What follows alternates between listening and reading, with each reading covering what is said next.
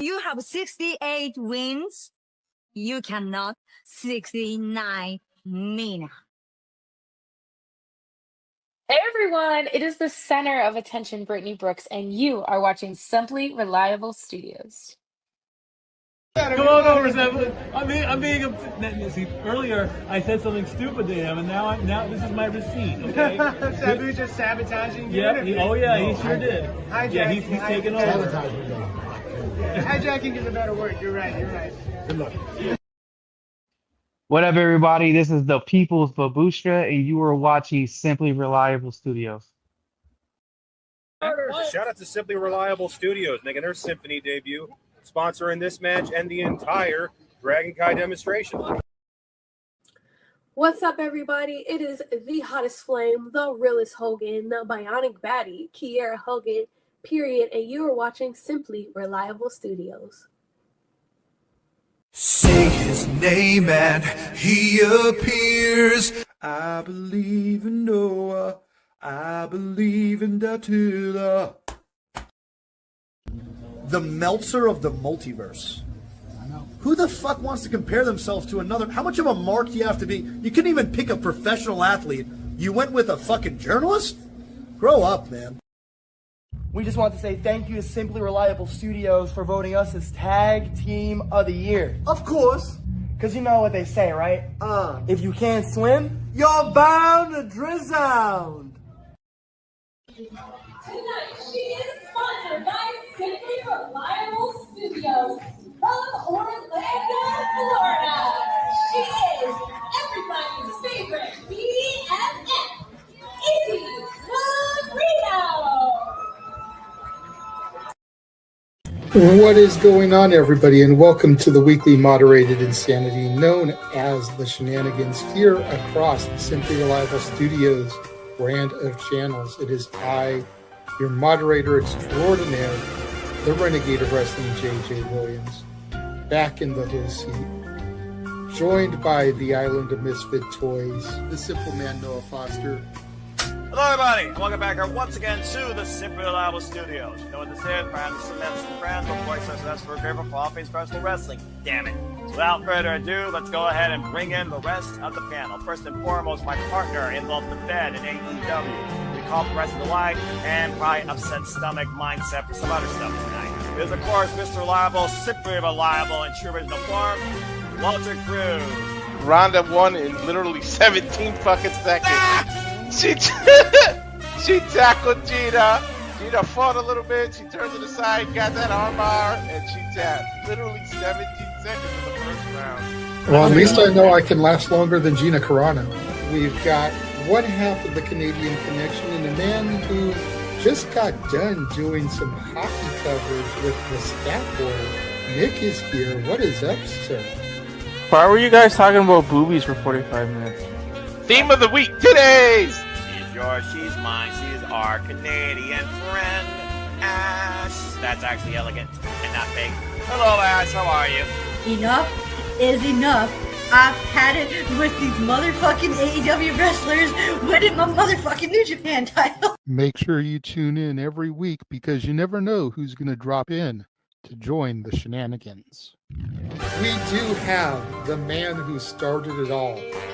Jeff Meacham is with us. I am impressed with what's going on at the JCW.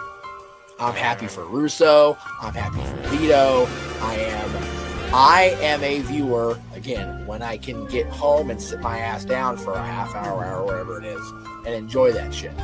Popping out before midnight virtually on this app. It is my cohort as fellow gamer and crazy wrestling watching aficionado, Carl Schultz, will also be joining me tonight in the fray as I welcome you into the Shenanigans once again at the end of this fine Saturday. I just want to keep seeing Mr. Guana show up every single time and just Polieska. I'm still agreeing with JJ. We still need that freaking multi-person puppet match. A puppet is not a competitor! Sex dolls are competitors if you go to the right company. Teleporting in via the morphing grid, our very own Pink Ranger is here. Hey, Everybody. You know, I know well, I know the firing of Scott D'Amore was controversial, but I feel like he needed to go in order for TNA to grow. Don't get me wrong, we had some good stuff under Scott D'Amore, but the company was just stagnant. And, look how much they've grown. If this is what it took for her to acknowledge some of my NXT talent, then I'm here for it. Because we know she doesn't work Tuesdays.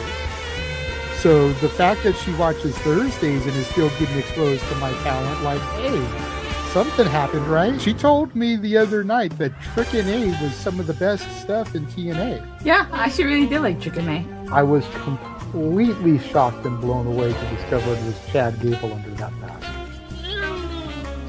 I had no idea. I would have never guessed it. I never saw it coming. This was just mind-numbing. This was like the reveal that Juan Cena was John Cena. I never in a million years would have guessed that Chad Gable was going to be that match. Is Fleet ever going to lose that title?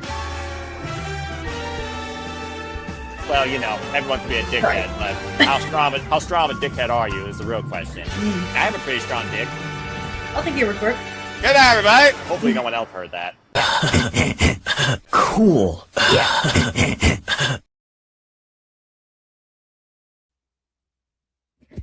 Boy, if there ever was a cool down for there to not be anything going on in the conversation right now, it is this, but I digress. Here goes nothing. Good evening, everybody, and welcome back once again to the weekly moderated conversation wrestling madness. That is the Saturday Shenanigans.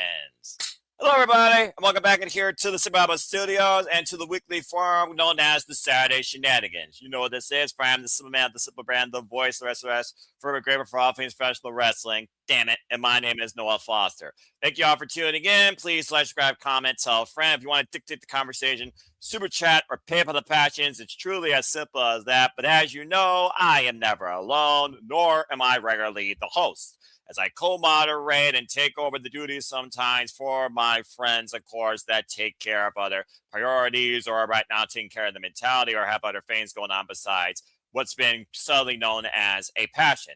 Good to see, of course, Dave Scheffler in the chat, as well as Safet. And again, thank you, everybody that's tuning in. Without further ado, let's go ahead and welcome in tonight's clown posse, shall we? First and foremost, since we got a show coming us tomorrow from Canada, we have to have at least one Canadian on this strawway. So welcome in the master and the king of all foods and the missus that has her own master craft and something different that I'm not going to mention since we're not at the 10-minute mark. Of course, it is Mr. Frontes, Nick. Nick, good to hear you. How are you feeling this fine Saturday evening? Hey, buddy. What's going on, everybody? Not a whole lot, honestly. I mean, we're removed from football, and now it's pretty much a cool-down season for everything at this point. You might as well just comatose. True. Yeah, I know. Sports is now practically over. So, I mean, now this is the time of the year, for me at least, because there's no sports. It's kind of boring. And, I mean, my Blue Jays aren't doing great, so, I mean, fuck those guys. But other than that, demonetized, but nonetheless. Yeah. Is it just me and you right now? No, we have one more person, it looks like, at least on Avatar as well. So it might be the Avatar panel. Maybe I should just go on Avatar mode. Nah, I won't do that. Because people be like, what are we doing? Are we listening to a podcast or watching a video? Why are you watching video besides looking at people act crazy on camera or pull some sort of shenanigans? Speaking of shenanigans, the maestro of the shenanigans, the regular host, if you will, the Renegade Wrestling JJ Williams is here, proud alumni of Chase University. JJ, speak now, forever hold your peace. How are you this evening? I'm doing good. I'm good. All right, good deal. Wow. How did I get introduced before fucking JJ? That's crazy talk. Because I'm the host, and once in a while, even I break away tradition, much like Zack Sabre Jr. in New Japan Pro Wrestling, when I look at G1 Climax being the only thing of worthwhile investment right now, this end of summer season. That being said, we got his opening monologue, so there you go. Well, I guess without further ado, that is the panel for now. Stay tuned, folks. You might get more Canadians, you might get more panelists, you might get more fools on camera, but also you guys might empower. This is the real definition of people power. Oh, excuse me. People power. I am not John Laurinaitis. But I do believe that power should go to the people the right way and not the politically incorrect way, much like Canada and America. But without further ado, let's get right into it. So really, there isn't much to talk about as it's been a slow week, but we do have 2 back-to-back weekends of upcoming content for the 2 biggest companies on the planet, and what might as well be their cooldown. Why one might lead to something bigger, the other one leads to something of merit, maybe. We, of course, know that tomorrow has AEW Redemption, while the following weekend has WWE SummerSlam. So, straight up, I feel we'll just start the conversation with, does either show really matter at this point? Have they really put what they could into them in the time allotted? Could they have done more? And which one are you hoping to see have more come out of it? And what can it lead to? So, the outlook, we're right now basically going to preview and look into AEW Redemption and WWE SummerSlam. The biggest stories, the most underwhelming stories, our biggest expectations, our lowest expectations, and the mid and in between. It's a freelance conversation about the biggest upcoming shows this 2 weekends for WWE and AEW to kick things off, because why the heck not? That being said, Nick, what have you been up to lately this week? Have you followed anything at all regarding the 2 biggest companies domestically, AEW and WWE? And do you have any outlook towards Redemption or SummerSlam? We'll start with AEW. Okay. I'll be honest with you. Coming out of Forbidden Door, it's been okay. I haven't really, honestly, there's nothing really, for me at least, nothing really interesting happening. I'm kind of just coasting. Yeah, like there is nothing on the last few weeks coming out of Forbidden Door that has really resonated, I guess. We've gotten great matches, but I mean the week-to-week product, they're continuing storylines, which is nice. Like the shows have been good. What I will say, and y'all can clip this because you can be like, holy shit. I do feel that the fans in Montreal are getting hosed. This is not on paper. What they have put into it, I don't feel that Montreal is getting they're getting the short end of the stick. Nothing really is resonating on that card. It's all very predictable. Sometimes that's a good thing, but when you have a debut pay-per-view, unless we're gonna have great returns and debuts, I can miss Redemption and I'd be okay with it. Yeah, fair enough. Well, as I always say, predictability isn't a bad thing, but you also only get one chance to leave a good first impression. But this is Canada, a bizarre world. You guys will basically take anything. And nonetheless, you still got Edge and Cope, expectations on the AEW Women's World Championship match, and Kenny Omega in the main event defend the AEW World Championship. And there might be further developments with him and Ospreay as we head towards All In. But again, hindsight's 2020, and we'll see what happens. Plus, they got their traditional Judas sing along. So at the end of the day, they get their money's worth just from that, probably. It's always an outlook of the home audience versus the live audience. And regardless, you guys up in Canada always bring the noise, and we'll probably have a good time. But thank you for that, Nick. Well, that being said, JJ, good to see you from the Morphin Grid. So how are you feeling about AEW right now and Redemption and the activities to come to tomorrow night and what has been coming up to tomorrow night? Well, good to be seen. There it is. Go ahead and get that, stickler out there because I know you love it. Gotta keep up your stick, man. Before I get into my diatribe, I do have a question to the Canadian beneath me. I love Joe Hendry. Was that actually a picture of your wife that she posted to her Instagram story? I gotta go back. What the fuck are you talking about? On her Instagram? That's right. Yes, it's Ceiling.book, the one that you never remember to shill. Is that actually a picture of her? Probably. more than likely. Well, because you got to remember, like, we've never really seen her. Like, we see her walking by, so I'm just curious. Is that actually a picture of her?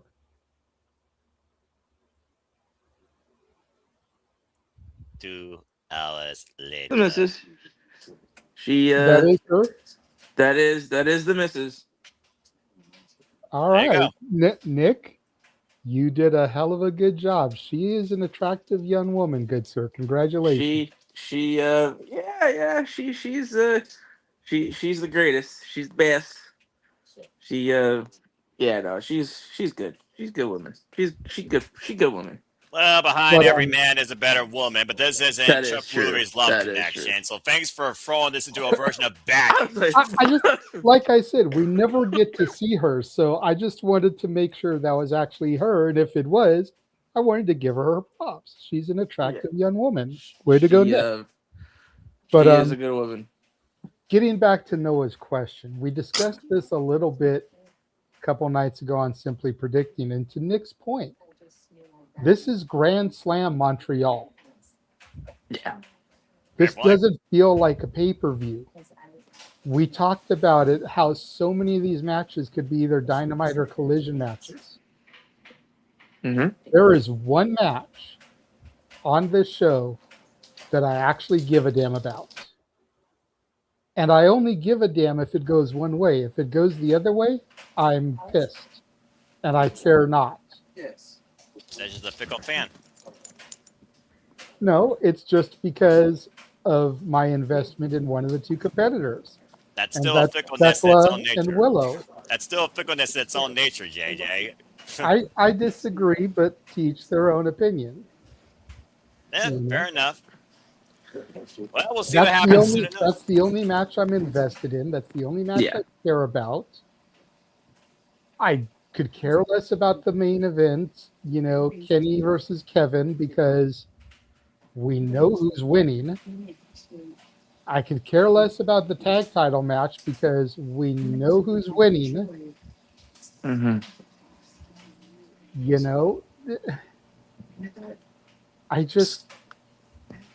I could care less about this show. Yeah. Well, there you go. I am curious about what's going to come out of this show as we start to build towards and fill in more of All In. Yeah. That does intrigue me. So much so that we've already made it official that this coming Wednesday, we will be doing a watch along of the Fallout Dynamite from Detroit, Michigan, because we all suspect that there will be a debut on that show. Keep your expectations at a mid if you know what's good for you, especially as somebody right here in the Midwest from Ohio. Just saying. Which, speaking of, I met a couple of people today, and it was a son who's going to be doing stuff in the military. He's on his way to Dayton. And I was like, oh, whereabouts in Ohio are you going to be? And they told me Dayton. I was like, I got a friend who lives in Toledo. Yeah. So, had a little bit of a moment there. But so you had your turn, Nick. Come on camera, raise your hand. Be a good little boy. No, my throat. That was my throat. All right, very good. But, Otherwise, I would have chastised you. Continue. I miss when AEW only had like 4 to 6 shows a year. And to that degree, and I know we'll get into WWE in a minute, I wish WWE would scale their shows back. We don't need shows every month. Nope. And if we're going to do shows every month for either company, let's alternate and have 1 month be a main roster show and the next month be NXT or ROH or even AAA. But just let's alternate the content. I'm down with 12 shows a year, but right now we're getting like 9 to 10 AEW pay-per-views and 3 Ring of Honor shows. Like, let's cut that back. Let's do 6 and 4 or 6 and 6. If only. But with money, it is what it is, especially when it comes to what a network expects. All right, well, thank you for that, JJ. And yeah, I basically feel about the same way. Again, there's also a lot of other things on my mind too. And when you have more priorities weighing your mind versus your passions, it does kind of take you out of the mindset. It's at this point right now, we're at a sinkhole of the summer where you kind of don't give two blips what's really going on in this business. But there is some stuff that is worthwhile that I am looking forward to tomorrow. I hope that does lead to some interesting developments, whether it's Don Callis' family further conflict, Osprey and Omega maybe turn the page on this mutual respect, Willow Nightingale, Thekla, shaving the end of a women's division, and then everything else, fun in between. But it's also one of those things right now that regardless, the noise, the energy, the competition will be there. So at least I know I am going to get my money's worth and far less advertisements. As far as the other stuff, we'll talk about that in a moment. But it also goes down to, again, quantity and quality. And until we get something that sheds a similar formula of passion and unapologetic nature, unrelated to its main partners, you're not going to get something as good as an NXT TakeOver, this or any upcoming wrestling era from any company, period. That being said, Nick, I did see your hand. What you got to say real quick before we flip the channel to the Fed? So it seems, if we're being honest, I think for this show at least, while it's not good, and I'm not expecting anything to really, like JJ said, we're expecting the follow. We're expecting to see what happens after. It seems like every time, and maybe he'll fix this down the road, it seems like whenever Tony introduces a new pay-per-view, it's always like this. Like I don't remember him when Wrestle Dream, when he announced Wrestle Dream, I think it was the same thing that people were just like, what the fuck? Right? So I think when he introduces pay-per-views, it's always gonna be like this. Initial impression. Yeah, but even so, that initial impression you should do. Like I'm expecting, even though the build wasn't there to it, I'm expecting big things to happen on that show. So if there's not any big things that happen, whether it be a big debut or two, or a return, this show is gonna fall flat regardless. So I'm not gonna scrutinize it so heavy this year. I think next year, when it's here, I hope that Tony plans better because he knows that he has a pay-per-view, right? That's still not an excuse. People are paying $50 for it. You should be on your toes with this show. So yeah, it seems to me he does that a lot when it comes to new shows. Whether it be something of like this. And again, who knows? We have to keep in mind, I don't care what anybody says. The main event of this show should have and would have been MJF versus Kenny. But they opted to do it at Beach Break or Spring Break. So Beach Break. You're right. You're right the first time.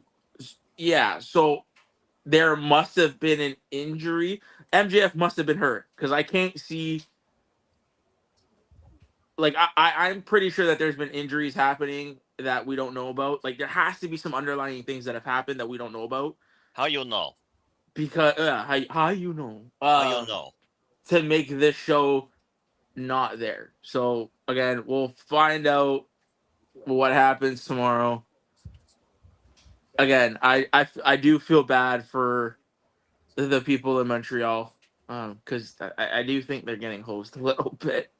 Well, as long as they're invested, entertaining, get their money's worth in the live audience, you don't see people chanting anything against AEW like boring or just sitting there on their phones or looking up at the lights. Though there's a couple matches that they might do that based on Carter as well. It seems that every time we do like an AEW pay-per-view, though, that crowd is invested all the way for the end. So we'll see what happens, even with the cool-down match.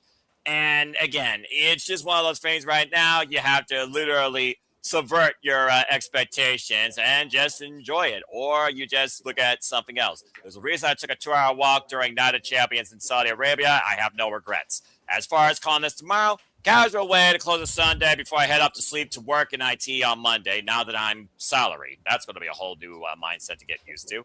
But nonetheless, it's all about expectations on your quantity and quality of belief and disbelief. And with AEW, the quality is always at a high average of good when it comes to me watching. Can't say the same thing for the other place, though. 10 times over when it's the same damn repetition at the very top. Acknowledge that. But that being said, thank you, Nick. Thank you, JJ. All right, let's flip the channel now to the Fed. As, of course, we got SummerSlam, also known as Summer Season WrestleMania, because SummerSlam now is 2 nights. We still don't know the card order. We know that we have literally the same people at the very top, and internal company, K-From or not, they're sick of it according to what I've read. One of the most interesting matches, though, that seems like an exhibition that has my most investment is definitely Gunther versus Nick Aldis, because Magnus, a.k.a. the former NWA World Champion, a.k.a. the former TNA World Champion, Nick Aldis in the ring with Gunther, 2 men as traditional as wrestling goes back to. Yes, please. And then there's everything else. We know, of course, that we now have a number one. Oh, excuse me.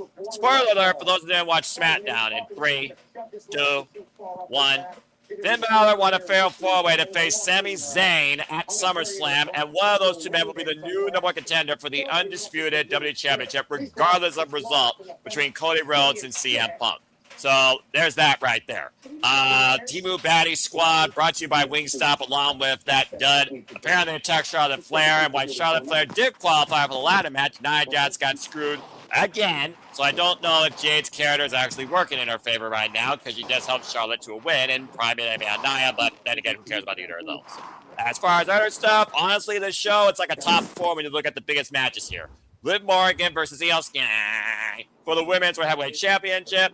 Cody Rhodes challenging CM Punk for the Undisputed WWE Championship. Roman Reigns defends the World Heavyweight Championship against Seth freaking Rollins. And Obafemi, who apparently I did learn and I did read, he did sacrifice his championship opportunity. He no longer has one. Obafemi will take on Brock Lesnar inside Hell in a Cell to conclude their trilogy. And then there's everything else, including crowning an interim WWE Women's Undisputed Championship in a ladder match. The only one that matters, that one right now, is Chelsea Green.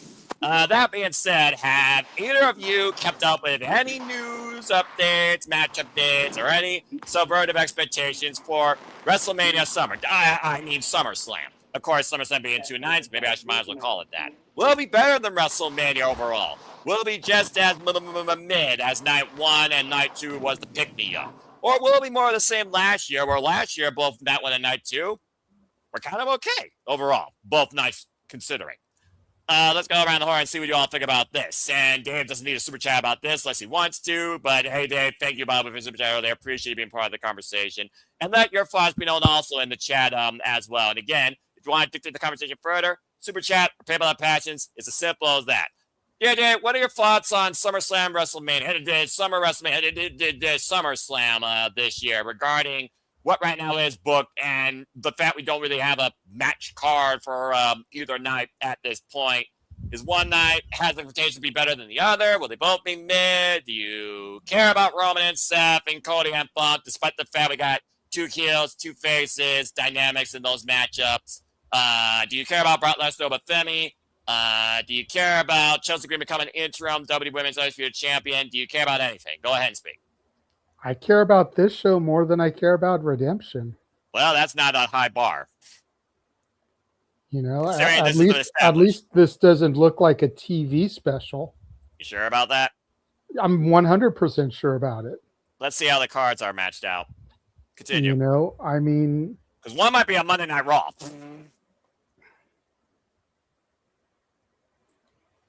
It's just, there's more here that looks intriguing to me in the long term. You know, and you know me, I'm a stickler for long-term storytelling. I'm a stickler for where things are going to go, you know, a month, 3 months, 6 months from now. Yeah, you're a Paul Heyman. I get it. And there looks like there will be more positive to come out of this than negative. That's optimistic. It is, but you know, I'm an optimistic person most of the time. Never hurts to be that. It's better than being controversial. And it's okay to be controversial, but you got to stand behind your takes. And like, I stand behind my stuff. That's called being real, unlike unreal, which is a subvert reality. Continue. I forgot where I was going because you threw that in there. Basically talking about your authenticity and your opinion, standing by your optimistic wherefore and the long-term developments that could come out of Summer WrestleMania. Continue, good sir. SummerSlam, right? Whatever. Well, let's keep the show what it is. You know, I could go on a rant, but I'm not going to because I'm getting real sick and damn tired of the 2-night trope. But continue. Honestly, so am I. I don't think the 2-night trope is needed either, but I'd rather have 2 nights as opposed to 15 matches in 1 night. So that just kind of is what it is. I'd rather be scattered out over 2 nights. But yeah, it's Cody and Punk is going to be an all-time classic. Seth and Roman, if it's the final chapter like it looks like it's going to be, is going to be a hell of an ending chapter. Brock and Oba,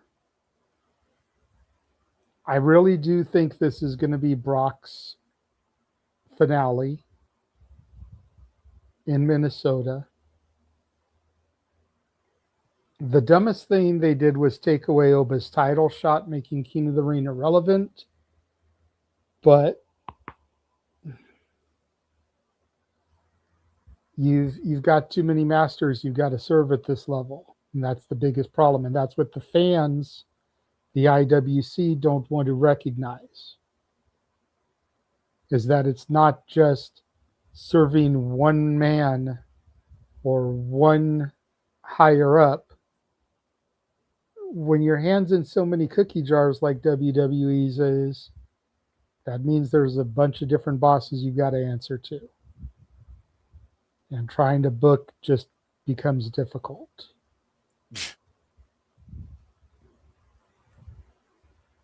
But I'm looking forward to it. I'm going to be here for it, whether I get to watch it or I'm just in studio producing. It's going to be a good time. All right, Nick. Ball's in your court, bruv. Go ahead and lend your thoughts towards SummerSlam. What's your outlook on this annual 2-night extravaganza coming up next weekend? Well, I always like to preface this by saying WWE is not my thing, my cup of tea. So I don't want people to think that I'm just ripping on it for the sake of ripping on it. However, the show, again, it's the same thing that I say about AEW. The week-to-week product is fucking abysmal. SmackDown is a waste of time. And Monday Night Raw is not any better. It's the same thing again. The weekly product in 2026 for both companies is not up to the standard that it should be. Both companies need a lot of improvement. I just think, on WWE's part, and this might be, call it what you will, I look at WWE further, or I give them more shit because it's, to JJ's point, it's not one man. It's an entire team. You know what I mean? In this instance, it's an entire team, like we see from Unreal in that shit. It's an entire team behind the creative process. So you have so many minds working there, and the product is not up to snuff. That's no excuse. It's no excuse for either companies. Both products should give us week to week television that we can invest our time in and enjoy. Um, and judging from the reaction from some WWE fans out there, and some people who kind of consume it on a daily basis, the product is not where it needs to be. I just think that's for both both companies in 2026. Fair point. So as far as SummerSlam goes, yeah, okay, great. They're doing Punk and Cody. All right. The Obafemi thing is absolutely ridiculous. You shat on it. You pretty much took a dump on the King of the Ring. The King of the Ring tournament means absolutely nothing at this point. Baron Corbin getting a title shot for absolutely no reason. Oh yeah, that's right. That was booked officially too. He's taking on Trick Williams for the United States Championship. Yeah, he just came back. Like, you're already putting it. So, I mean, if Baron Corbin doesn't win, it's a fucking waste of time, right? And then you have the Danhausen Dom match. It's just that company, I think, is appeasing to a different demographic, and that's not something, at least for me, anyways. It's not. I'm not interested in anything that they're doing. Again, both companies could be better in 2026. We had if you check out our interview back on Thursday where we talked to Jeffrey John. He's a guy who watches the weekly product, right? And we kind of, he said in so many words, that the WWE product again isn't where it needs to be. Paraphrasing. But yeah, SummerSlam sucks. I hope coming out of SummerSlam, the TV gets better. But if you're asking me, am I gonna watch it? No, it's not something that I'm gonna willingly want to watch. But hopefully they have a good show, and hopefully coming out of that show, Monday Night Raw and Friday Night SmackDown, they do something on there that's a little bit more interesting. Yeah. Justice for Sammy, though. I could say that. The last real good guy in pro wrestling, right? Though, justice for Sammy. Well, I mean, he get a chance. All he's got to do is beat Finn Balor at SummerSlam, the same stage that Finn Balor won his only ever undisputed Universal WWE Championship, known as the Universal Championship at the time it was first introduced, all the way back in 2016 before his shoulder was popped out, and he popped it back in and still beat Seth Rollins.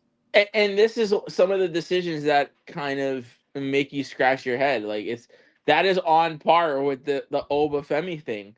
It's like Sami Zayn got fucked. You take everything that happened to that guy in the past month since he was launched. Like, why does he? If I'm him, and this is again decisions that don't make sense. And I mean, they're a bigger creative team. They should be figuring this out. Like, why does Sammy need to go through Finn when he's just been fucked every single turn? Like, it just, things there don't make sense. I don't get it. So, But the world's not meant to make sense, especially for pro wrestling. And both places are basically, I feel like, in cruise control these 2 weekends. But I do feel like one night and booked correctly overall could be the more, okay, this is kind of good. And apparently, looking at WWE's website, they got 12 matches booked. They just haven't figured out the cards yet. So whether or not one more is added, maybe the Women's Intercontinental Championship, I don't know. We'll have to wait and see. But apparently, Fed also agrees with you, saying that Sami Zayn got screwed. Again, though, just playing devil's advocate, he did say, no matter what happens, I can now call myself, I was the undisputed WWE champion. He was, for a cup of coffee. And CM Punk took it in Chicago.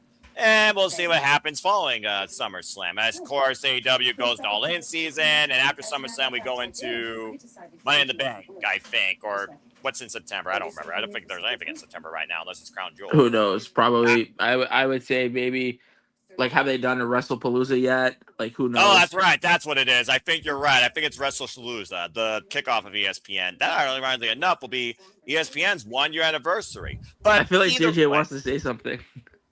This is Something. WrestlePalooza has not been announced yet. No. I do know they are doing Triple Mania in September. Mm-hmm. So they may be focusing attention there. And I believe NXT has something in September as well. I think they announced something to go, Worlds Collide is going to be competing with All Out. Yeah, that's in September, yeah. Yeah, okay, yeah. So you two. So and they pay-per-view, may or may not do anything in September because of those. Again, main roster and NXT don't even work together anymore. I expect them to do something. I bet it's going to be WrestlePalooza because last year, September, I'm pretty sure that's when it happened. Hopefully, it's better than last year's. But Yes, nonetheless, WrestlePalooza was in September last year. I called it what I called it for a reason, and I stand by it till they prove me otherwise, JJ. 1 year later.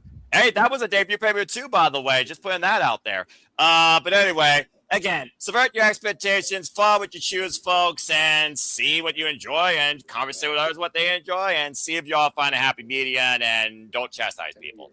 Either way, these 2 weekends, they should have some fun coming out of them between tomorrow and next weekend. As far as SummerSlam, I basically named the 4 matches that seem like the most merit of matter, so I'm curious to see what happens in them. But to JJ's point, is this really Brock Lesnar's last match? ... To be continued. Black screen, small window. JJ only there in his own expectations of Brock Lesnar retiring. Stay tuned and find out in the next week of Saturday Shenanigans, as he did the Troy Yano. All right. Well, that being said, that basically covers the 2 big weekends that are coming up back to back with the 2 biggest shows and the 2 biggest companies at this point. So right now, I think we will take this opportunity to take a short break. When we come back, we're going to change the channel to talk a little bit more about radio takeover, because apparently WWE is dipping their toes in their IP in a whole nother form of content and another whole form of community and communication. Because when we return very soon, you will get to bear listen to WWE Radio. What could that mean, and will you change the channel? We'll go into that conversation and so much more as the Saturday Shenanigans continue. Outdated trailer, everyone. Just, it is what it is. Thank you for that little disclaimer. And now for a taste of things to come.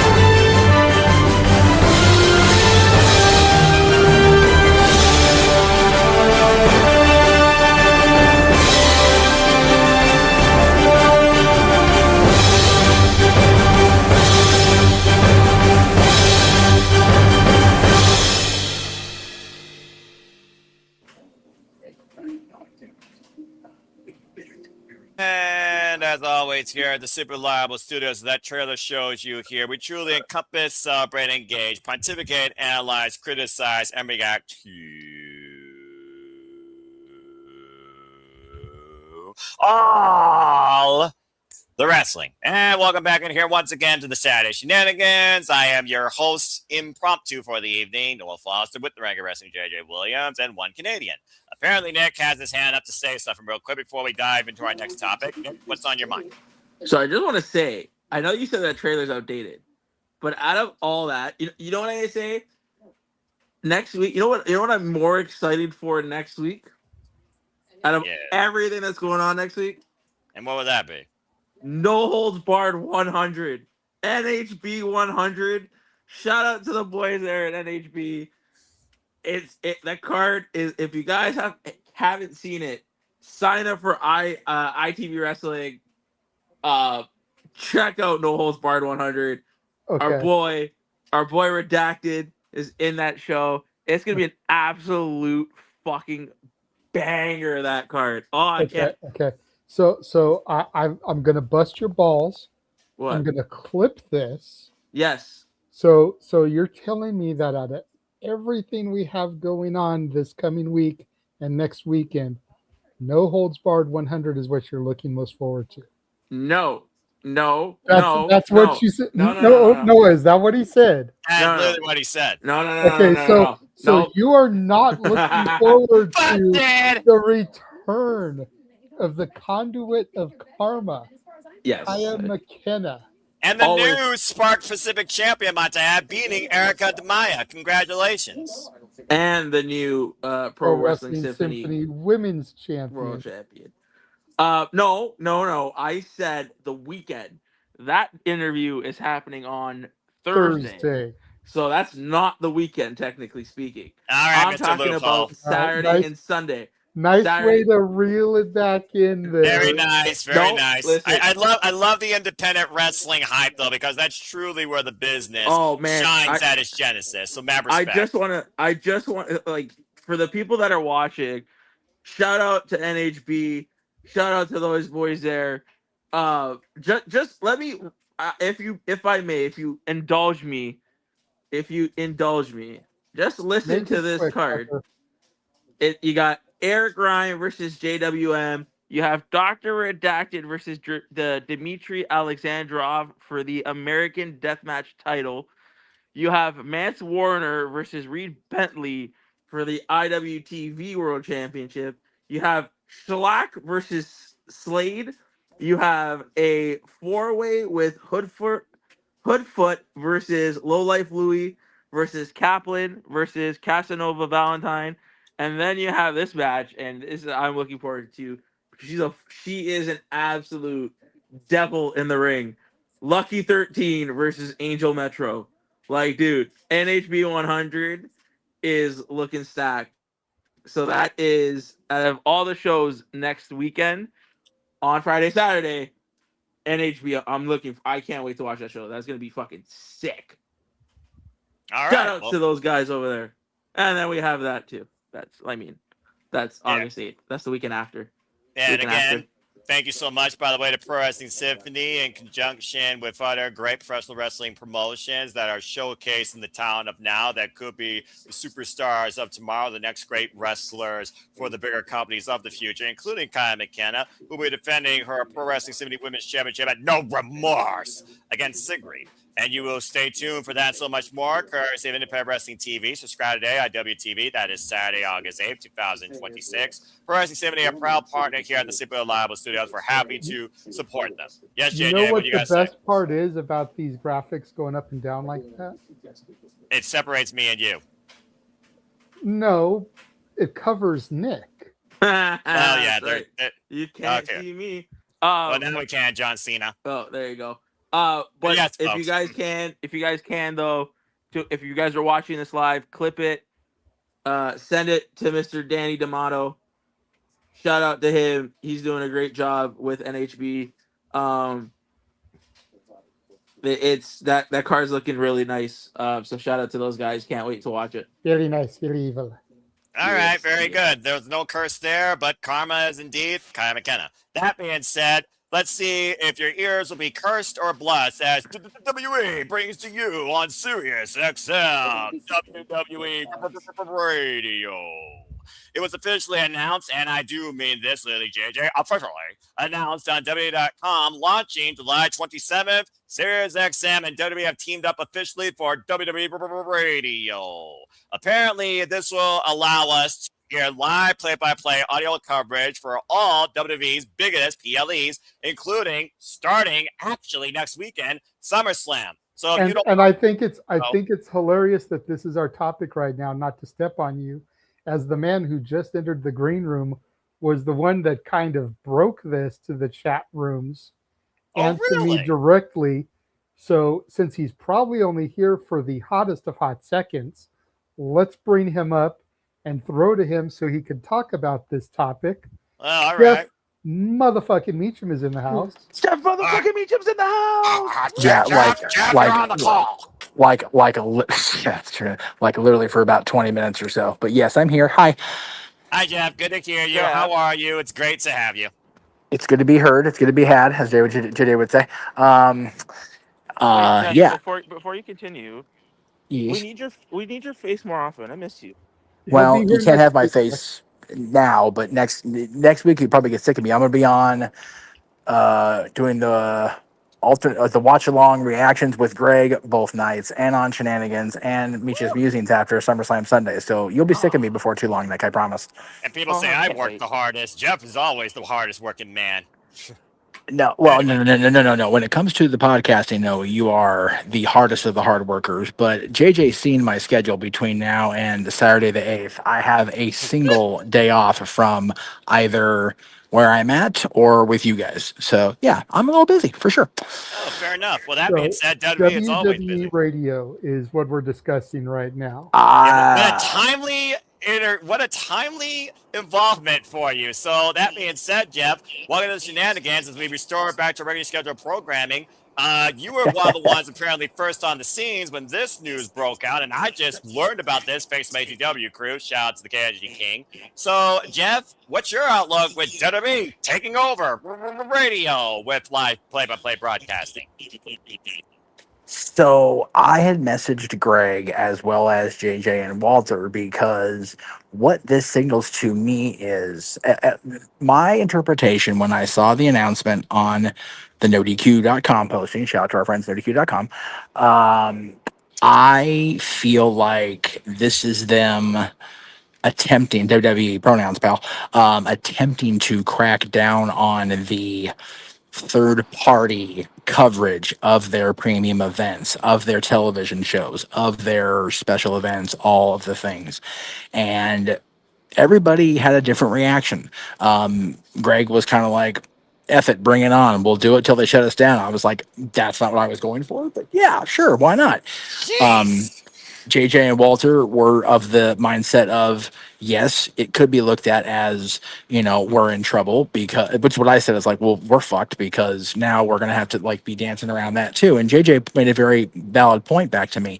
He said, yes, true. However, they being the audience may be more prone to tuning into the alternative commentary, the reaction videos that Greg and I are doing, the stuff outside of the WWE sponsored folks like Denise Salcedo, and I love Denise, much respect to her, but people that are currently on the WWE under the umbrella will not be affected by this. We could be, but JJ told me, or people will tune in even more to us because they don't want to listen to the quote unquote corporate shills.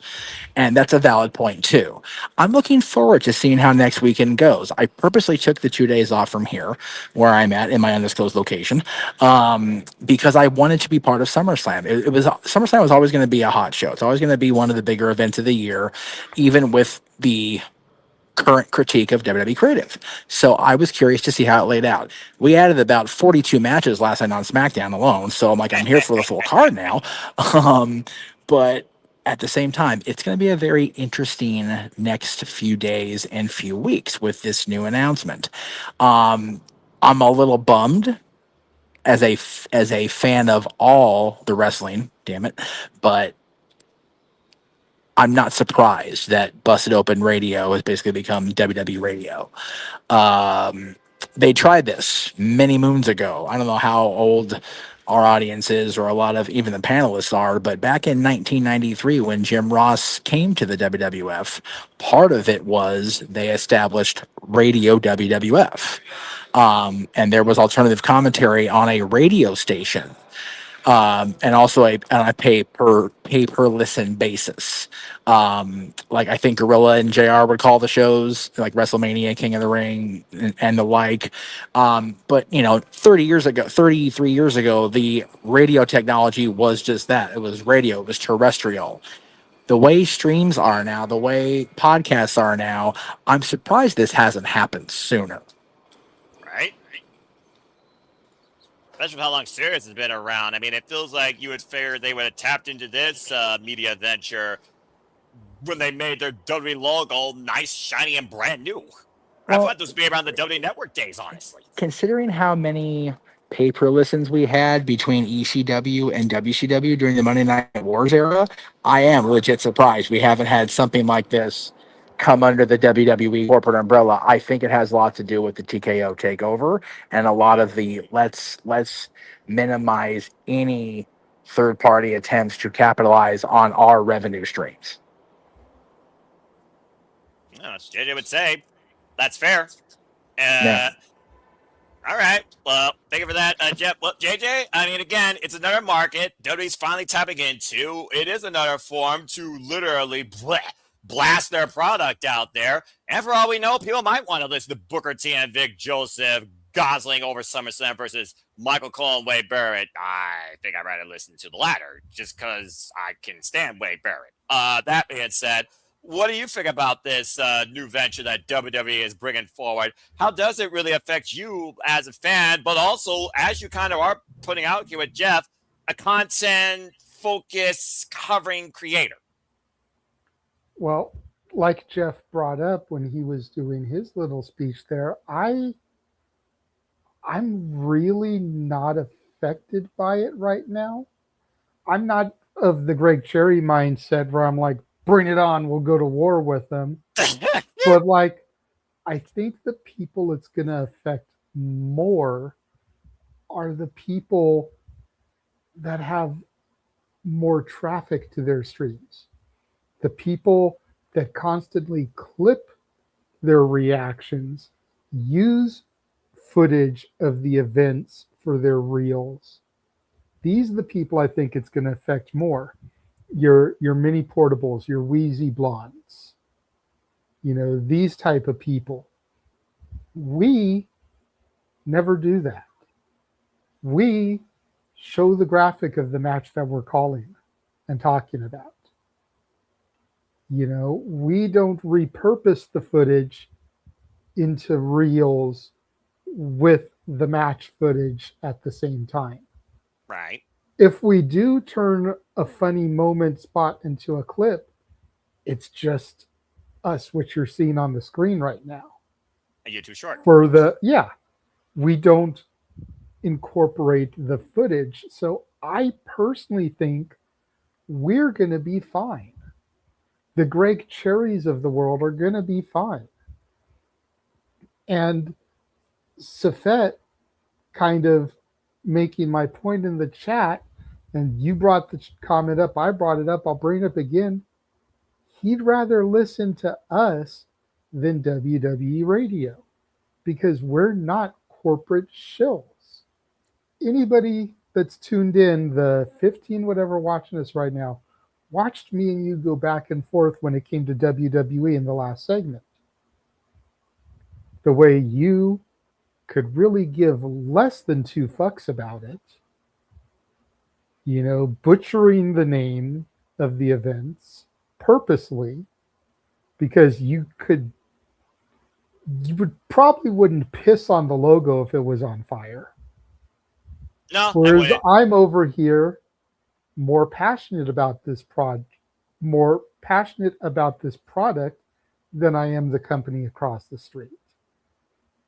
So the fact right there that you have that dichotomy is what's going to bring people to our coverage, because you've got the hard-edged, hard-nosed, tired of the stupid-ass bullshit, and you got the more optimistic, easily entertained, will call shit out when he finds it stupid, but usually can find a silver lining in just about anything. And we're not going to come off, whether it's me and you, whether it's you and Walter, whoever the pairing is, whether it's you and Jeff, aren't going to come off like, oh, well, they're just saying that because WWE is footing their bill, like WW Radio, like Busted Open. And then they can tune in tomorrow and see you and Ash, or you and Walter, or you and Nick, or whoever the team is going to be, talking up AEW. And Nick with his issues with the current TV product. It doesn't make sense. But being that dichotomy, that yin and that yang, that two sides of the coin, Harvey Dent style, to every watch along that we do. So I don't think it's going to affect us. Like I said, I think the people it's going to affect are the Wheezy Blondes, the mini portables. People like that have thousands of people that watch their watch-alongs. You know, that click on their reels and see them reacting to the part of the match on their shorts. That's who I think it's going to affect. I'm here for it, though. You know, personally,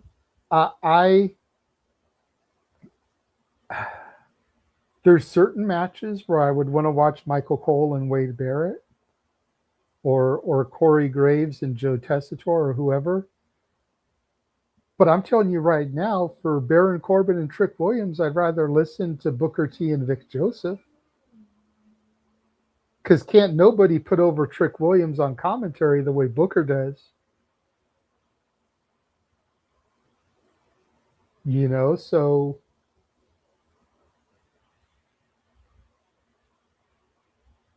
just saying. No, I mean, that's fair. To everyone, their own. And much like what you watch, you have a right to choose what you listen to. For me, and we appreciate that, Safet. You know, yeah. We give you a hard time all the time because you never super chat or donate, but we do appreciate the fact that we entertain you. And, you know, like I've said before, I understand you don't have a credit card, but go buy a Visa gift card. You can use that to super chat. I mean, that's fair. Use human monies to buy that. Human monies. And then you can use that gift card to super chat and donate to us if you don't have a credit card. Hey, Danhausen, I watched Danhausen try to buy CM Punk's championship for 300 human monies. JJ, you know who else has human monies? I do. Look, see? I got human monies. Human monies! No. There's somebody it's else. It's a beautiful thing to have human monies. I roll in plastic, but that's a different conversation. What is it, I mean, Nick? I have plastic too, but you know, sometimes you want to keep a little bit of cash. Uber has this thing now where passengers can pay cash for the ride. Oh, that's nice. Which means that you end up usually getting a little bit more because I tell people I don't have change. More often than not, I don't. So, you know, if the ride is $12, they give you $15. If it's $17, they give you $20, you know? I get it. I get it. Anyway, Nick, go ahead. Finish your thought. Yes. Well, my thought was there's only one person I know other than Danhausen who has human monies. And me and JJ both know this person. Who would that be? Well, it'd be the one person we all know. You know, you say his name and he appears. It has to be Joe Hendry. I thought he...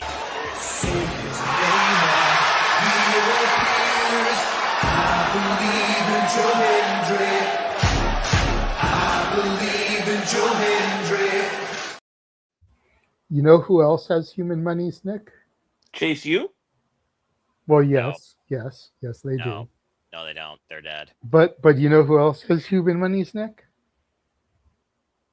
No. Who? Pro Wrestling Symphony, because they've gotten at least 300 human monies from us. Oh, sponsoring matches and shit. Hey man, love us. And we love from Pro Wrestling Symphony. August 8th, go check them out. Eastside Bowl. Stat Boy may be there too. You can meet Stat Boy. Cheap plug. We love Connor, Rory, and Pat. We love them all. We just need to hurry up and fucking whoever get Corey Colby. is, because Corey messaged me this most Connor, recent time. sorry, Connor. I don't know why I had Corey Hayes in my head. Botch. We need Colby on the show though. Hurry up. God I know damn it. Colby. God damn it, Colby. Had the tag champs. We're getting the women's champ, even though it's a return visit. Need to get their Need to get main the world man. champ. Need to get Colby. You need to get the world But champ. anyways, Yes.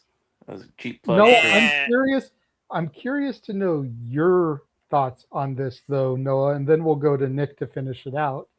Since you are the lead voice of this brand, I'm curious to know your thoughts on WWE radio, and do you think it'll affect us, or do you think I'm kind of onto something here and we'll be virtually unfazed? And hell, we may see an uptick because people like Safet may come over to watch us because we're not corporate shills.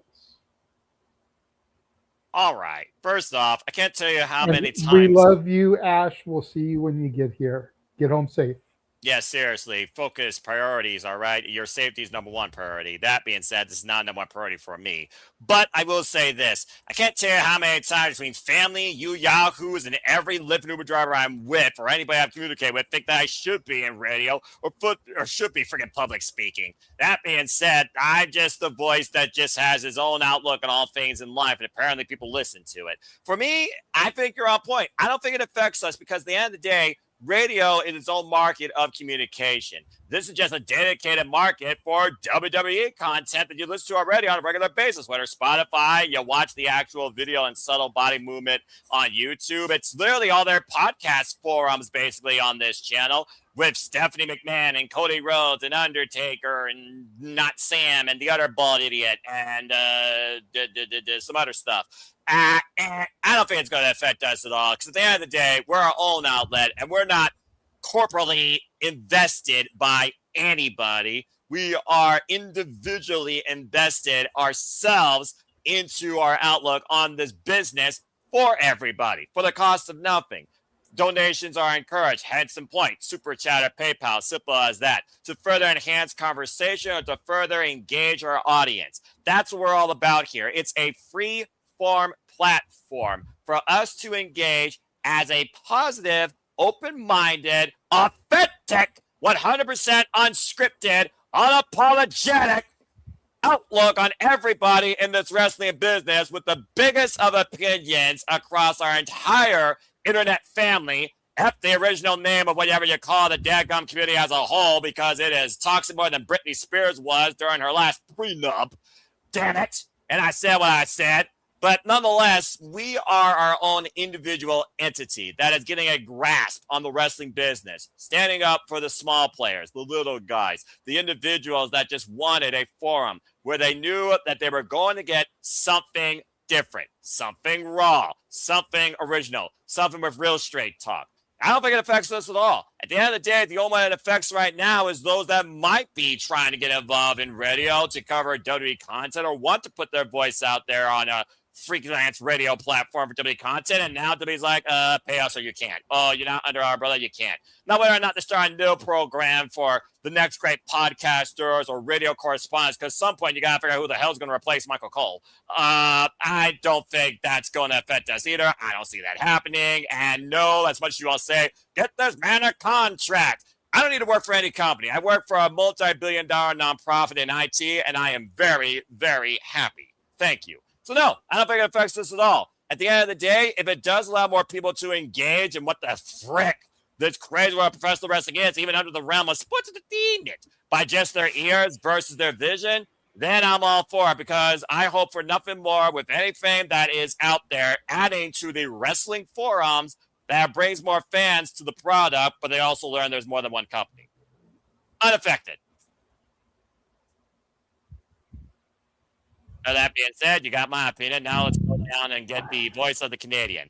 Nick, do you all even have Sirius XM actually up there? Because I know Canada's different with all their sports networks and everything. I imagine Sirius XM is universally accessible like Netflix across like radio because it's an app. But what are your thoughts on W Radio? How does this affect the Canadian radio waves? It doesn't affect the Canadian radio waves at all. I mean, Well, good on you. we have Sirius XM out here, but it's a paid subscription. And I don't really know. Like I don't have it, and the only time I would even use it, um, is if I got like a 4-month free trial from the 4-month free trial. Yeah, like I wouldn't pay for Sirius. So for me it doesn't matter. What I will say, and I mean we have to call a spade here.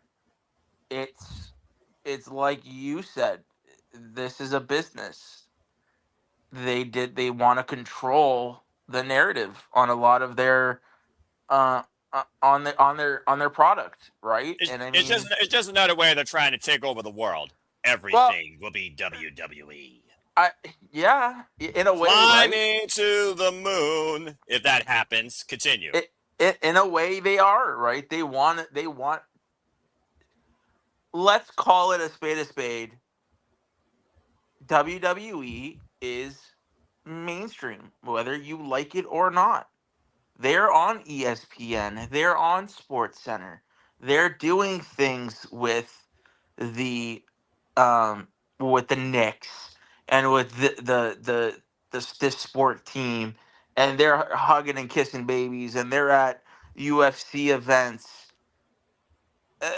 AEW, like the AEW stars do that to a degree, but they're not there. They don't, and I don't think AEW will ever be there. And that.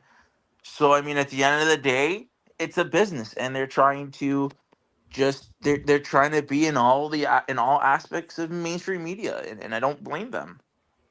I hope. I mean, it just means that unfortunately, with the news came out about Thunder Rosa and her no longer being a part of Busted Open. They're not going to be talking about AEW. They're all Busted Open is no more. But it's true, right? They're not going to be. When I remember Busted Open, I remember them talking about all wrestling. I remember when somebody like a Ricky Starks went on that show to get noticed, and Tony Khan noticed him, right?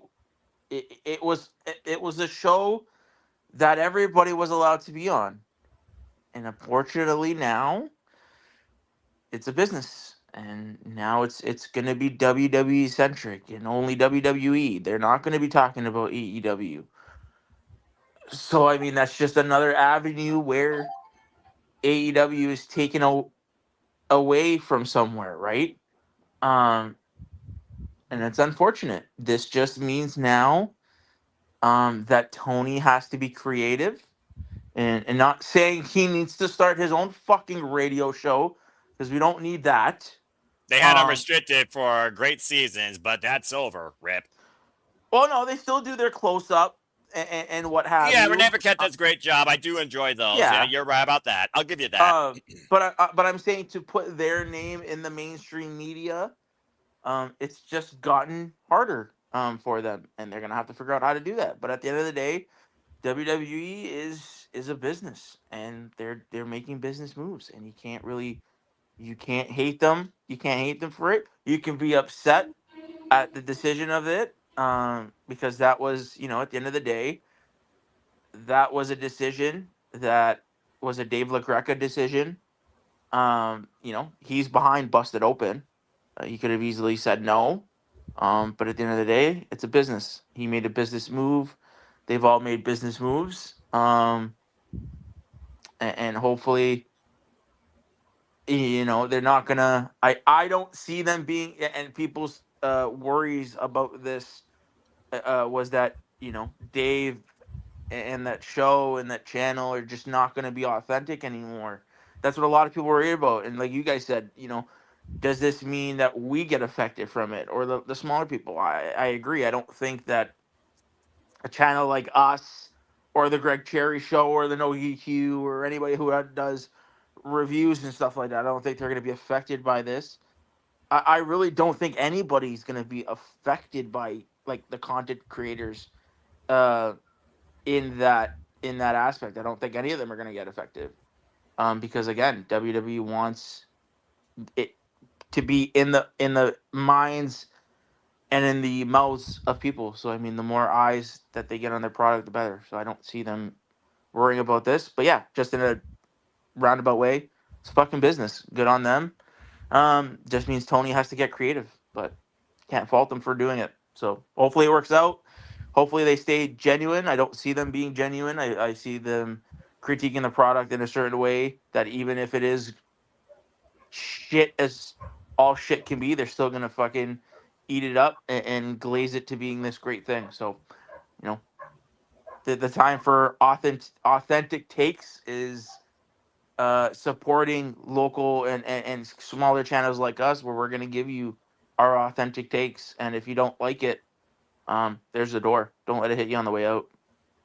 Yeah, but I'll close it kindly on your ass, because that is kind of the goodness that's left in me, despite the fact how much you all have influenced me in certain ways that I don't know whether I ever needed. But also, with that being said, there's a reason why we no longer get the articles in ESPN from that critic that gave WrestlePalooza the grade that he did. But nonetheless, Andreas Hill. I don't know if you guys. Well, speaking of him, I don't know if you knew, but he actually got laid off from ESPN. Damn. He is not a part of ESPN anymore. So take that as you will. Yeah, maybe he'll start his own individual thing on Podbean. I don't know. But if there was ever a day for the independent artists, the independent coverers, the independent individuals to rise up, to speak their mind and create a form of their own, this is it. Despite what YouTube might be monetized for the most part and try to control most of your content and probably put you into an ad break when you least expect it, now's your chance, folks. Become one of your own. Truly showcase yourself. Let your opinion be known. But also, just be constructive. And as far as your internet etiquette, be civil. That's all I got to say about that. No, at the end of the day. And you're right. Like, I just hope people nowadays, again, the smaller, don't lose sight. Be as critical as you need to be. If a product is shit, the product is shit. Like, don't be scared to that's when us as a channel and other channels lose their credibility, when you have people actively praising garbage, you know what I mean, to get a paycheck. I just hope that YouTube channels, other ones out there, and we know a lot of them, we could shout out a bunch of them. I just hope that nobody loses their authentic selves. And stay true to their values. And if they don't like something on television, don't be scared to say you don't like it, because you're afraid that you're going to get chastised for it. You know what I mean? Like, exactly. And also, you also don't have to be the loudest person in the room to be the smartest. Sometimes you're the dumbest. But that being said, thank you, Nick. And thank you, JJ. And thank you, by the way, real quick, to Jeff motherfucking Meacham. As always, appreciate him, the pioneer that really has led forward on the world of internet wrestling podcasting outside a name that people know in California. That's their story. All right. Well, we'll take a quick break here. And when we come back, it's open mic night. The crowd will get to dictate the conversation, because that's all I had. Unless JJ and Nick has anything else in their minds. So when we return, as the shenanigans continue, get your brains flowing, because we let you lead the conversation as the Saturday shenanigans continue. Stay tuned. And now for a taste of things to come.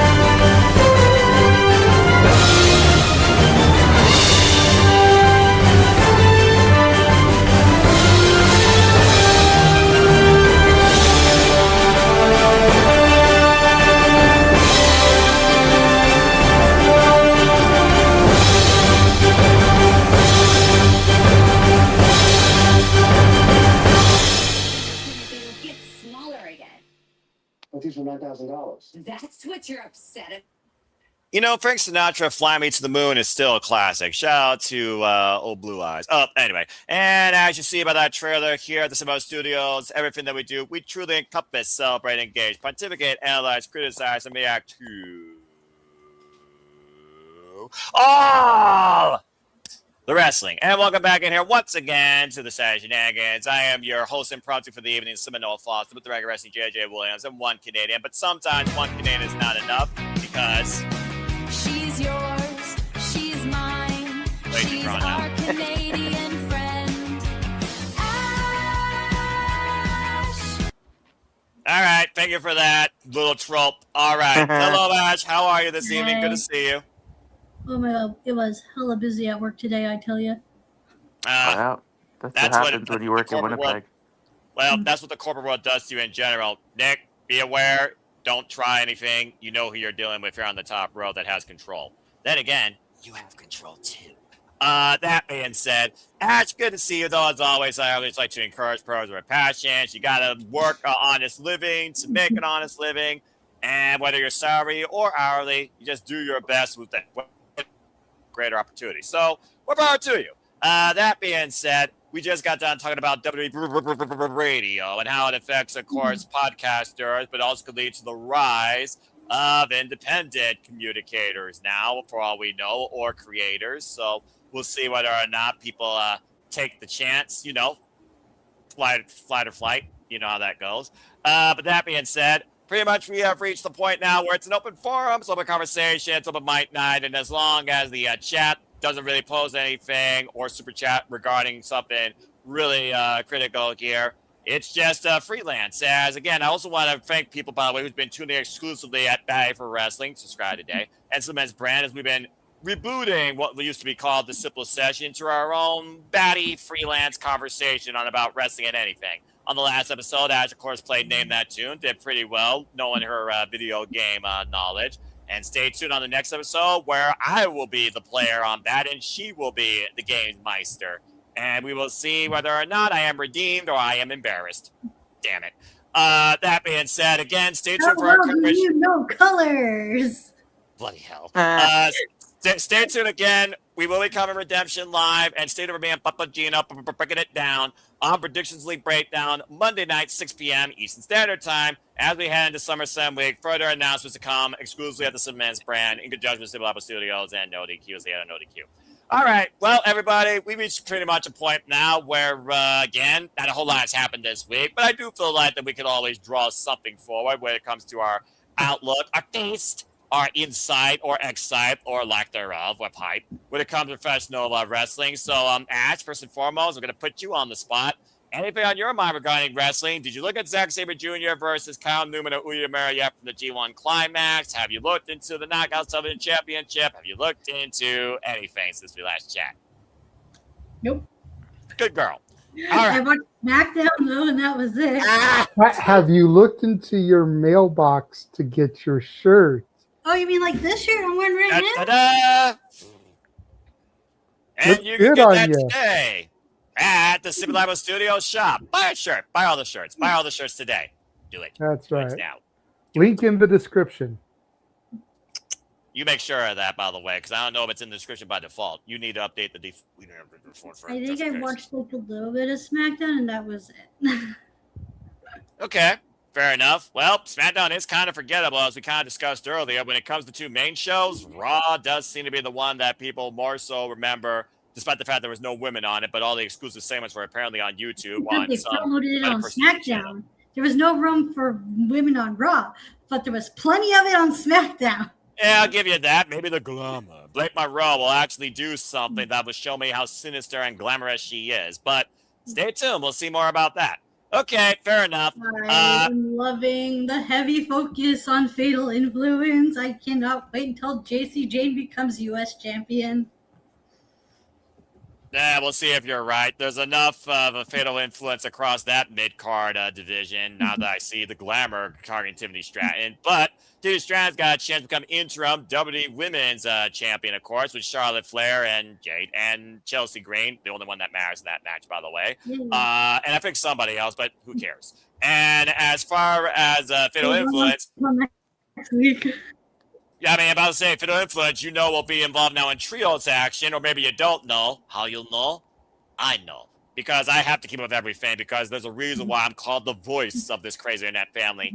Fatal Influence will be taking on the returning Nikki Bella, and Brie Bella, and Paige in 6-woman tag team action at SummerSlam. It's a trios match. So we'll see what that leads to.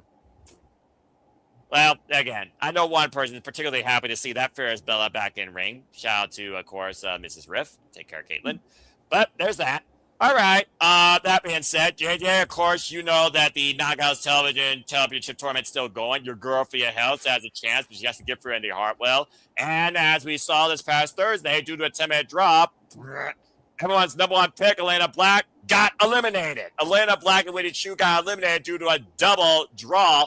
Maximum time of that match at 10 minutes. That meant M by Elegance freaking automatically advanced to the semifinals with a bye. And will be in action in the upcoming week. So, JJ, I got to ask you, what's next for your hell outside this Knockouts tournament with or without winning? Outside of this tournament, it looks like there's going to be a program on my NXT with my Chase University alumni and the last heart beating, as Natty and Thea have been going back and forth recently on NXT. Your girl's asking for a death note. Look, all I know is my girl is making sure my girl gets TV time, okay? I ain't mad at all this. Like, Natty and Jada Parker have been doing their thing. But if you watch this week's episode of NXT, every segment, basically, there was some tying thread with Natty and Thea, going all the way to Jada Parker and Natty, and Jada Parker putting Natty in the sharpshooter, and Thea stealing the towel that had been taken from her by Fatal Influence and throwing the towel in, or excuse me, not Fatal Influence, but I don't know what Daddy's calling her group right now, with Nikita Lyons and Carmen Petrovich. It's basically the new Fatal Influence now that Fatal Influence got called up. But Thea took the towel from Carmen that had been taken from Thea backstage and threw the towel in to give Jada the victory. That's kind of funny. I'm not going to lie. That's kind of funny. The whole thread throughout the show was Natty, Thea, the towel, trying to get Thea to join Natty and her team. But it looks like as we progress with Heatwave on the horizon, we're probably going to build to Thea and Natty at Heatwave, and consider me seated for it. Of course. You know those are my girls. In more ways than one. All right, fair enough. Nick, you were talking about redemption. You were talking about returns, debuts. You were talking about something being a pickup. There's been, my friends are basically senior pro wrestling fans, and they know one, Kairi Hojo, formerly a daughter of Stardom. She's now officially free. And with the fact that Thekla has been targeting her previous promotion, Stardom, of course, that literally is where Kairi Hojo got really the upstart of her career, do you think there's a chance that Kairi Hojo shows up at Redemption and confronts the Toxic Spider at any point during the night, or could it be some point down the line in the near future at AEW? What are your thoughts of Kairi Hojo maybe becoming All Elite? So that's actually a really great segue, because I was gonna bring a question to the group. In regards to Kyrie, no, I would not want to see that match, because it just doesn't make any sense. There's his praise. It doesn't, and we're too close. Listen, I love it. I wish Kyrie all the success. this will go into my question for the group. But Go for it. I'm sorry, we're too close to All In to bring in to start new feuds and stuff. I think Tekla unfortunately is gonna fall at Redemption. I see. And I do believe that Willow is walking into Redemption as the world champion. Now, what Tekla does, there's only really one, for me at least. There's one person that makes sense, and it's not Kyrie. And I don't know what her status is. But yeah, so we'll kind of go into that when we get to it. I'll let JJ kind of ask his question.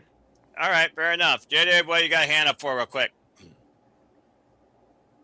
How is it a new story, though, Nick, or a new feud when Thekla's whole thing has been going after Stardom? Ding, ding. And Kyrie, granted, she's transplanting in from WWE, but before Kyrie was in WWE, she made her name in Stardom, like Noah said. So if Kyrie gets involved and costs Thekla the match as revenge for Stardom, how is that a new feud when that's been part of the whole thing with Thekla for a minute?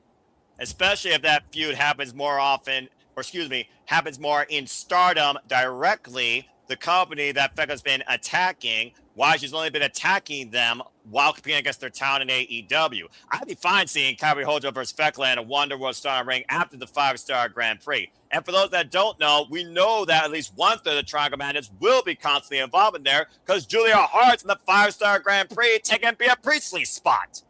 So I would, the reason why I don't, so to answer JJ's question, I'd be more inclined to it if Kyrie was in Stardom and doing stuff in Stardom while, like, I get it, she was Stardom before WWE. I'm saying I don't want her to be an AEW superstar. I don't want Tony to sign her. I'd rather her go to Stardom and be a Stardom star and come over. Yeah, I don't want her to be like, I love her. She's probably great. I don't need Tony to sign her. Because I think there's other people that he needs to sign first. So I don't want her. I rather her go to Stardom, be in Stardom a little bit. I feel like having her introduced in this, it would just be forced. I'm sure they can give us a good build. I want to know, because we haven't heard. Usually when this happens, when we don't hear anything on television about somebody, they're close to a return. We still don't know, and again, we're not here to speculate. No. Yes, we are. Don't.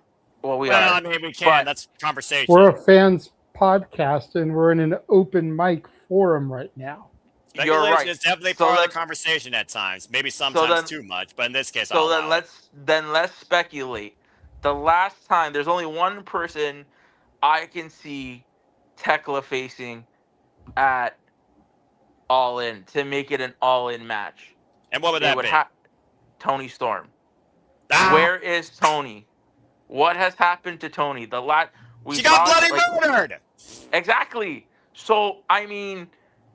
And Mina's given up on looking for the victim or the murderer, because I still think Mina did it. Like, we have to wrap this. Like, we don't know. It's never been reported. Suspension of disbelief. It's ongoing mystery. You're right. But mysteries do go cold sometimes. So I wonder, like I can see if my thing is with this, and granted, if we get Kyrie versus Tekla at Wembley, I feel it'd be a downgrade. I feel like she would have been. I feel like she should have walked into Wembley as champion. I'm not convinced. I wish I was on the Simply Predicting on Thursday because I would have said the same thing. I'm I not imagine you would convinced. have. I'm not convinced Tekla's walking in as champion. I'm more on the end of Willow winning it, and it'd be Willow and Mercedes at All In. So I mean, if that is the case, what is Tekla doing at Wembley? The next best thing for that, I think, has to be Tekla versus Tony Storm, because then you can play off the fact that it was Tekla the one who killed Tony Storm, right? But I mean, we don't know what Tony's status is, so yeah, long-winded answer, but as usual with you. And That's isn't all right. it isn't it ironic that we don't know Tony's status? You know, we and don't. we're gonna put on the tinfoil hat here a second. So forgive me, Noah, but if this was a WWE absence, we'd know all about it. Oh but yeah. certain journalists are keeping mum when it comes to AEW. But you know, we're not going to just call that out. Like I would love to know. Like we don't know. I don't think I've seen Sean Ross Sapp report it. We can report. And again, this is not. And we damn sure haven't heard anything from the North Cal Here we person go. who still hasn't rated Mercedes versus Maya World. Here we go. He's rated everything else. He's rated matches from Dynamite this week, but he still can't fucking rate that match. Yeah, I don't know. I don't know what's going on with that. I don't like. Let's Saying speculate. tinfoil hat, but you know. I mean, conspiracy theories abound. Tinfoil hats on galore. Flying saucers up in the Where's air. Jesse crop Ventura circles at when we night. need him? Flexing his muscles in a boa scarf somewhere. Not on Saturday Night's Main Event. But anyway. It's just it's amazing to me. It's amazing how we can report that Tay Mello wanted her release. We can report about we can have a 48-hour fucking neighborhood watch on Sammy Guevara's Twitter profile. We can have news on anything. Top 5 answers on the board. Name something you hear more of besides Tony Storm's whereabouts. Good grief, Nick. But that's where is Tony? Him when he's telling lies. Where is Tony? Well, if you follow all that, he's not lying. But I'm not on social media. And I feel bad. And I feel bad for Tekla. If Tekla's not walking into All In as champion, the next biggest match that she can do is Tekla versus Tony. Mind you, she'd probably be on the losing end of that because, I mean, Tony's not going to come back and lose. Bloody hell, she's not, especially when she's going to probably be more noir than ever with her character. I'm just waiting to see what sort of cinematic introduction we get in full color or monochrome. Yeah, so it's yes, there's a lot of things that are really It's going to look like this, or it's going to look like this.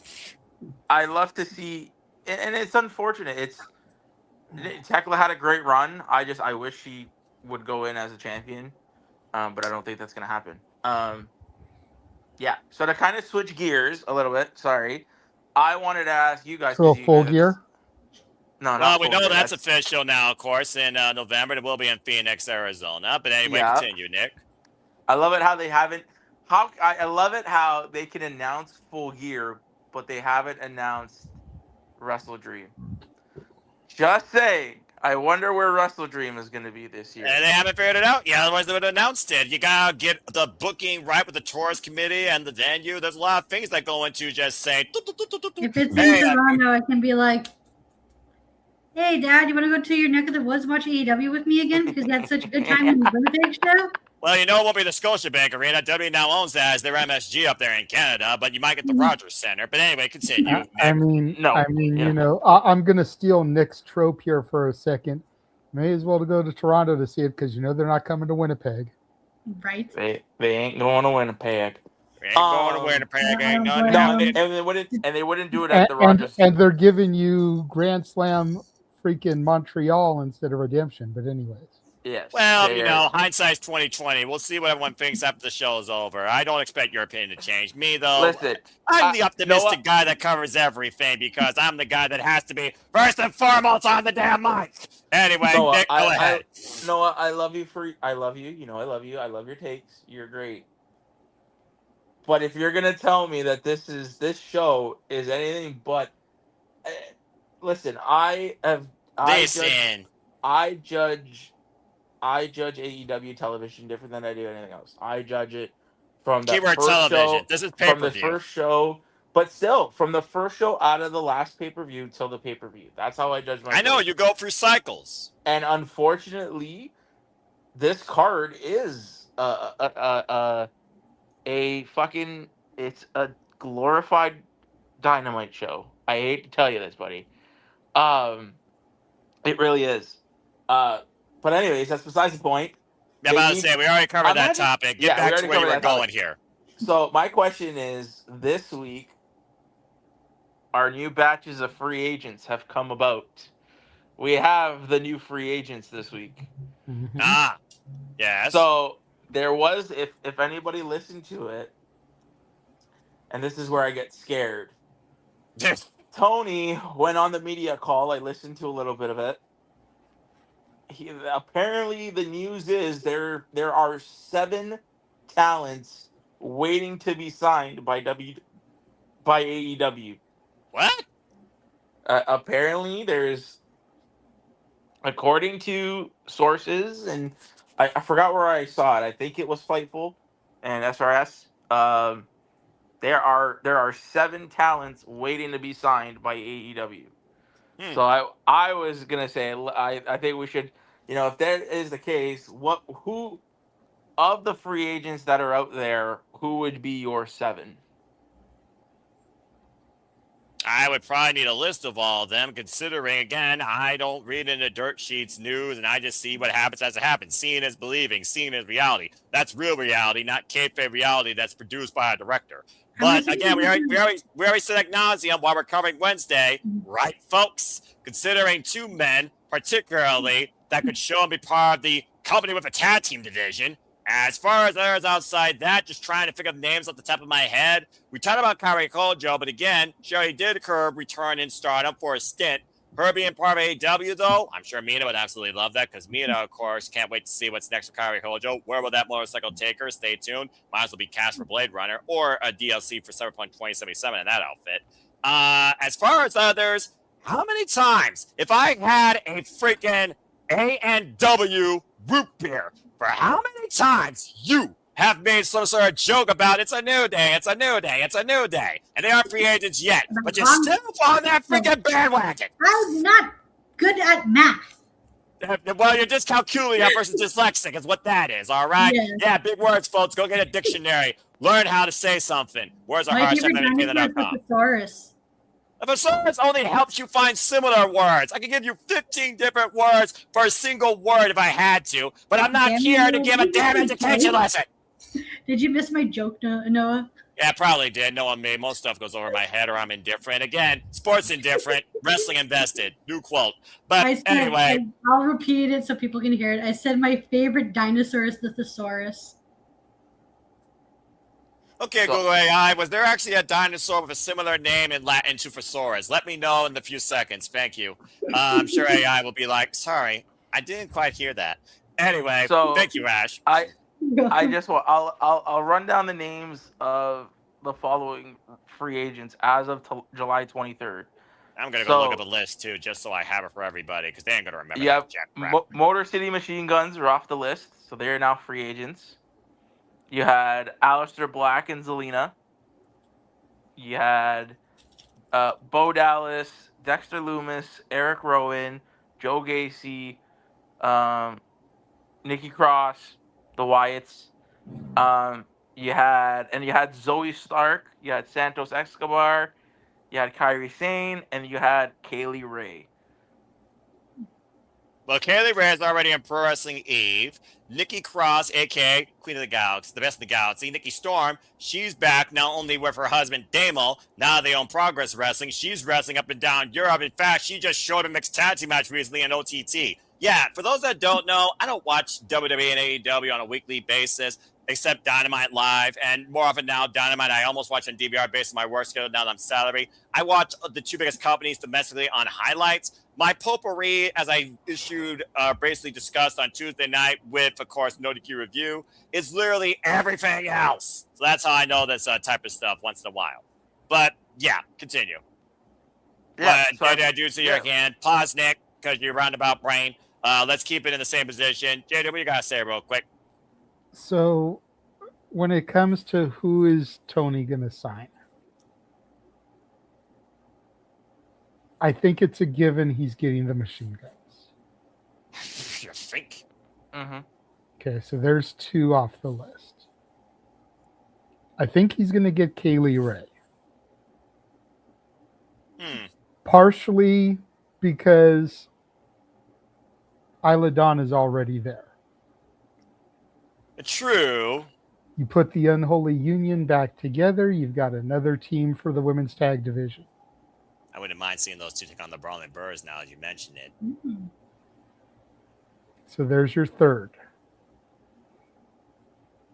Hot take, controversial take. I could almost see Alistair and Zelina. Like, I know that's controversial because of the way Malachi left. Apparently. But I think that if he comes back with Zelina and is given the freedom, now that he's not bound to the House of Black, I think you might get better results. Okay, that's fair. I also want to point out that they do have a show coming up in Glasgow, Scotland, of course, on the road to All In. So you very well could see Kaylee Ray, much like Isla Dawn, I believe, made her Dark debut last year when they brought WWE Dark back. Man, I missed that show. I could see Kaylee Ray and Nikki Storm probably being a part of that show, honestly.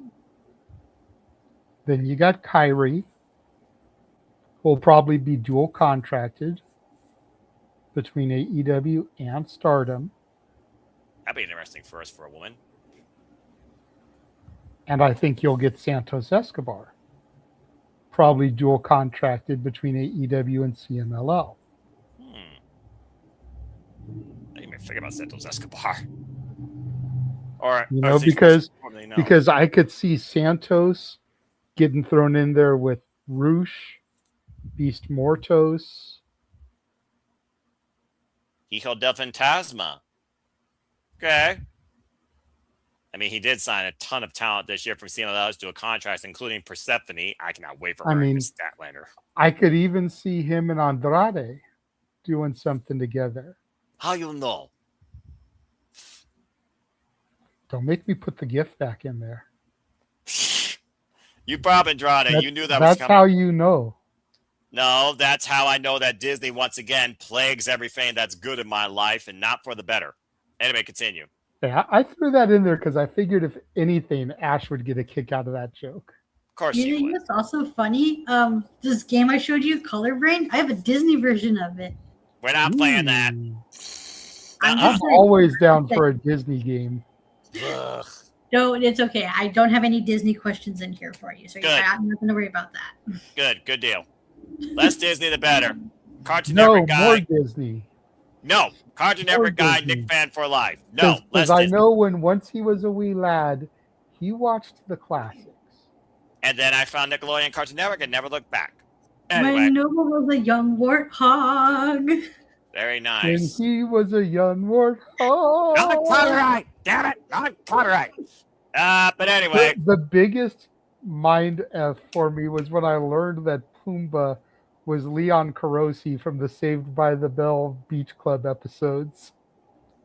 The more you know, folks. And if you want to stay tuned for your own edition of Seen It, subscribe today to Constantine Studios, hosted by the regular wrestling JJ Williams. Oh my god, I used to play Disney Scene It all the time with my cousins. That was such a freaking. Oh my god, there was one time where I kind of scared the crap out of my cousin because we had to play the Silhouette game and I immediately knew it was Buzz Lightyear and I shouted out the answers super loud. Oh, well, that would do it. It's almost like having Tourette's. You just say something out of "Arr!" to just surprise everybody, or you just literally stand there like a mute fool until you literally hear your name being yelled out, be like, "Johnny!" Freaking like Roderick Strong. But anyway, freaking Roderick Strong, best gimmick ever. I love that. Still hilarious. Catches That Renee made- and Lexi off guard. That made Roderick Strong seem so interesting because I swear to God, if you look up vanilla in the dictionary, there's Roderick Strong. Still, he breaks your back 200 different ways from Sunday, but nonetheless. Still Fair doesn't enough. make him any less boring. Yeah. Well, you know, hindsight's 2020. People like vanilla ice cream about nothing. There's nothing wrong with vanilla ice cream, but I'm just going to say this right now. Roderick Strong solo, boring AF. Roderick Strong, He never was Strong. meant to be a solo act, to be fair, all right? He was never meant to be a solo I was act. about to say that.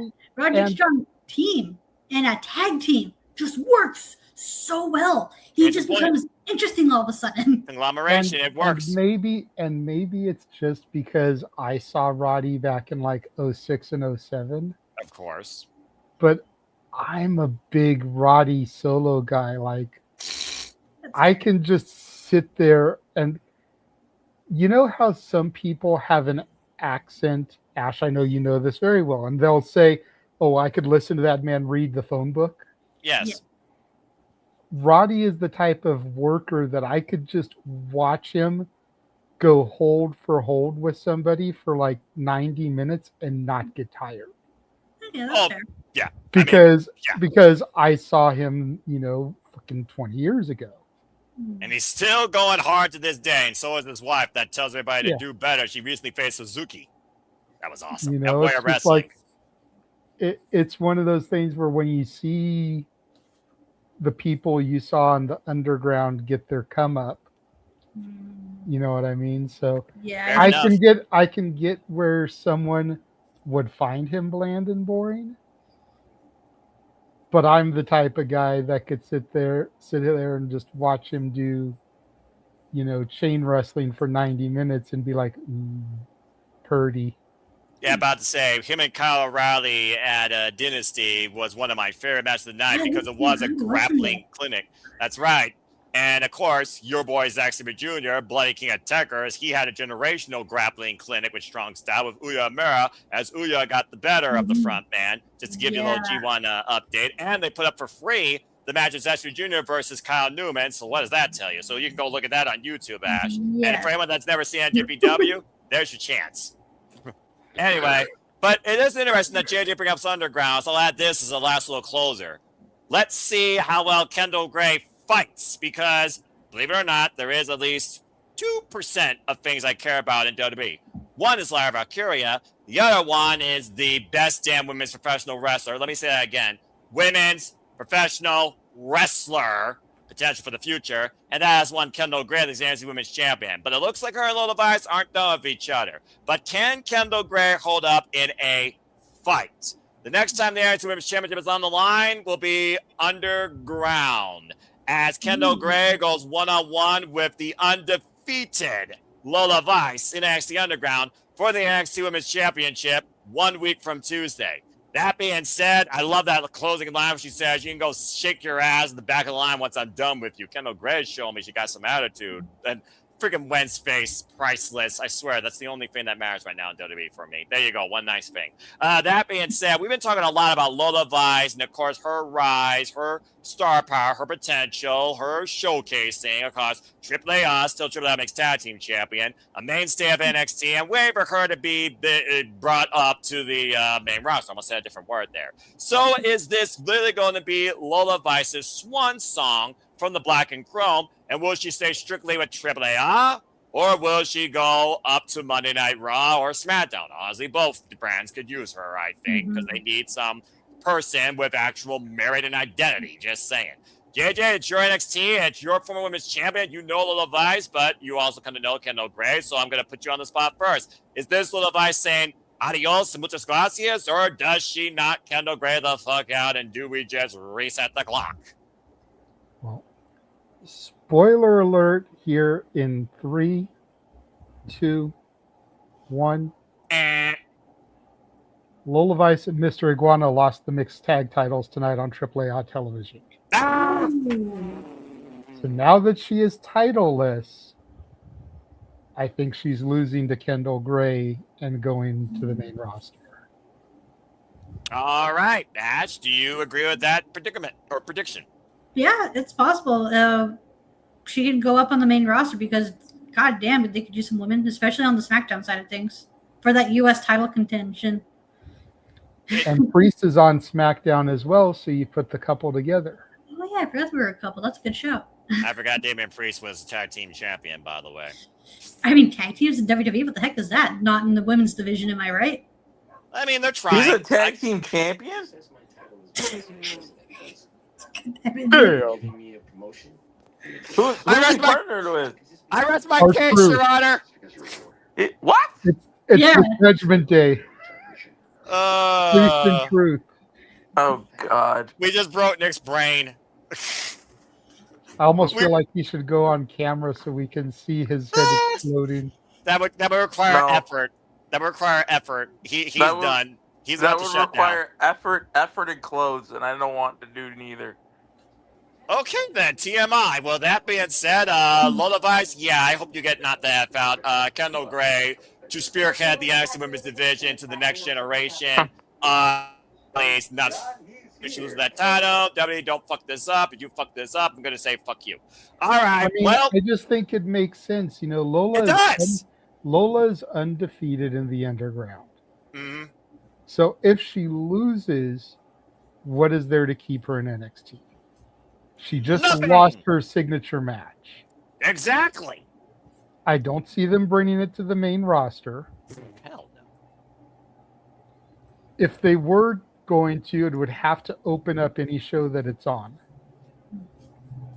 I mean, Because let's be real, at this point in her career, Lola Vice isn't going to main event a main roster show. So it would have to jerk the curtain on it. Extreme Rules did have the fight pit as a semi-main in a bygone life. I'm just saying. But, you know, she lost the mixed tag title. She lost the NXT title. She loses the rematch in her signature match. Main roster debut at SummerSlam, maybe? If not the Raw afterwards or the SmackDown afterwards, because like you said, Ash, you ain't selling tickets with Timu Baddies. You'll be selling tickets with Lola Vice on your brand. All right. Hey, I like the Timu Baddies. Thank you very much. Okay. Good for you. The only one I'm still meh on is BFAB. She's still, no matter what she does, she has not sold me. But you know how much I love that bitch. And Mia Yim, yes, please. I refuse to call her Meechin. She said thank you. Keep calling me Mia Yim. So I'm going to keep calling her Mia Yim because that's what she wants. Show me what Mia Yim was prior to WWE, and maybe I'll call her that name again. That being said, thank you, JJ, thank you, Ash, and thank you, Nick. Sorry that we broke your brain. But also thank you all for tuning in, because guess what? We're about to hit the fresh show before I bid y'all fine adieu, so we're going to chill and get the F out of here, too. Before we do that, we're going to run the trailer one more time, and then afterwards, the Saturday Shenanigans will conclude. Stay tuned. And now for a taste of things to come.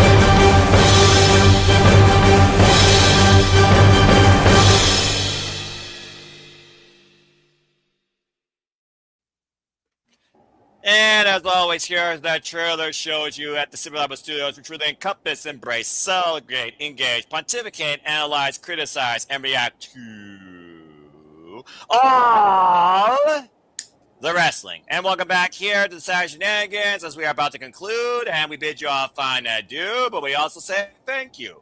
Let's go around the horn and plug and promote upcoming content and showcase to the people where they can find us if they choose. First and foremost, Nick, you stand on Avatar, but you lend your voice quite a lot here tonight. Always appreciate you. Shout out to Mrs. Tell where the people can find you, of course, and then you can go to sleep. Yes, just again, shout out if you are in the middle of watching all of your lovely wrestling this upcoming weekend. Again, check out Danny and the boys from NHB next weekend for NHB 100. It's going to be a slobber knocker of a show. Excited to watch it. Oh, yeah. All the bleeding assholes you can get. But yeah, you can find me on Twitter.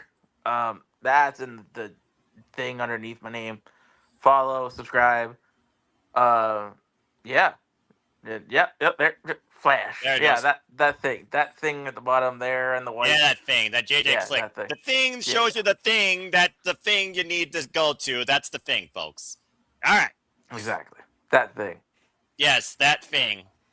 Not to be confused with that girl, a bygone show from the 1960s. Thank you, Nick. Continue to That be thing that you thing. do? Better than others or only like himself versus others. Who knows? Thank you, Nick. Take care. Shout out to the missus. Go get some sleep. Bye-bye. All right. Ash, always a pleasure. I know, of course, we'll talk behind closed quarters of our next simple session, and also next time we will update people on G1 Climax. But go ahead and tell where the people can find you and your baddie takes too. Appreciate you. Thank you. You can find me on X, the app formerly known as Twitter at ShadowBadAsh. And you can subscribe to my YouTube channel at Baddie for Wrestling. Right now, I'm in the middle of a game called Can Your Baddie Friend Catch Up on the G1 Before It's Too Late? You got time, but time is limited. All signs point to no. Damn, JJ, zero confidence. Wrong. Okay. How many times I love Ash, but if I've learned anything about her, it's that she's busier than both of us. Accurate. And happy belated birthday to Zack Sabre Jr., by the way. Yes. Dickhead. Happy birthday to him. All right. Thank you, Ash. Continue to stay batty. And Also, again, his birthday was the same day as my uncle's. oh, well, God rest happy his belated birthday. soul. God rest his soul. Happy belated birthday to your uncle and anyone else that celebrates on that day as well. And I buy look her forward. t-shirts.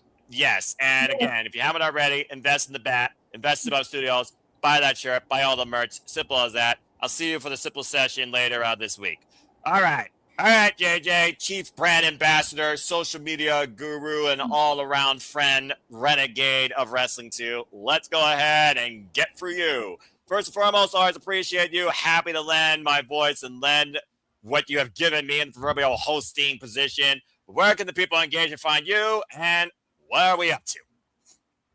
Well, of course, you can find me at all the lovely Chase U alumni.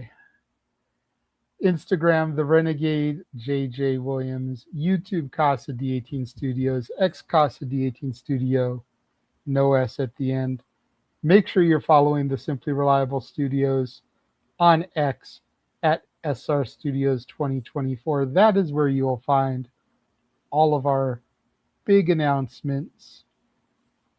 It was confirmed this Thursday, and we touched on it a little bit here, but we will be having our first wrestler two-time guest coming up this week as the new Pro Wrestling Symphony Women's Champion. And the Spire conduit, Joshi champion. Continue. the conduit of karma, Kaya McKenna, will be joining us once again. It's good to have her come back for another round as we will be sponsoring her upcoming match at Pro Wrestling Symphony No Remorse against Sigrid. We also got confirmed, no date yet, working on, but got confirmed that we will be having another two-time guest returning to the program. This woman works for a alternative music icon. She is, it's hard to call her by her gimmick name anymore now that she is the world champion. You almost would think it would require an upgrade, but the current reigning, defending holder of the Burke, Stephanie Nieves, will be returning to the Shenanigans some point in August. She beat Natalia Markova. Love it. Love it. With essentially a Money in the Bank cash-in. They had what they called the Burke Bouquet, I think, where it was like a battle royal to get Correct. a spot whenever you wanted it. Correct. And Greta, her heavy, attacked Natalia. Tiffany came out with her bouquet, gave the bouquet to the referee, dropped a single red rose on Natalia, put her foot on her. 1, 2, 3. Rip. Wow. Without even breaking a sweat. Wow. She got the better of her longtime rival, who we actually, you can go into the archives, we actually called the steel cage match between Tiffany and Natalia Markova. Mm-hmm.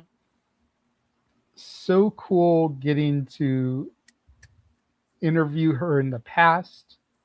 That interview is in the archives as well. That was a one-on-one with her and I. I remember that. This is going to be more people involved. Walter definitely is going to be involved in that. He better be. Nick, I know, is a little bit shocked. I mean, you can tell he came on camera. We can only see his nose and eyes, but like he came on camera for that announcement. So He pulled his best Wilson from Home Improvement. Well, I mean, I understand that reference. I've never. I mean, you guys interviewed Nieves before I came on the cruise. So I mean, the fact that she's a two-timer and I get to be there is gonna be pretty cool. She was the first interview of the Simply Reliable Studios era. Yeah. Inaugural guest. We had interviewed Gino Rivera, but that was under the Multiverse of Media. That was under open mic night. La Princesa was the first interview of the SRS era. Yep. So Congratulations. in a lot of ways, without her, none of these others would have happened. She's the one. Yep. So She's the spark. Looking forward to having her come back.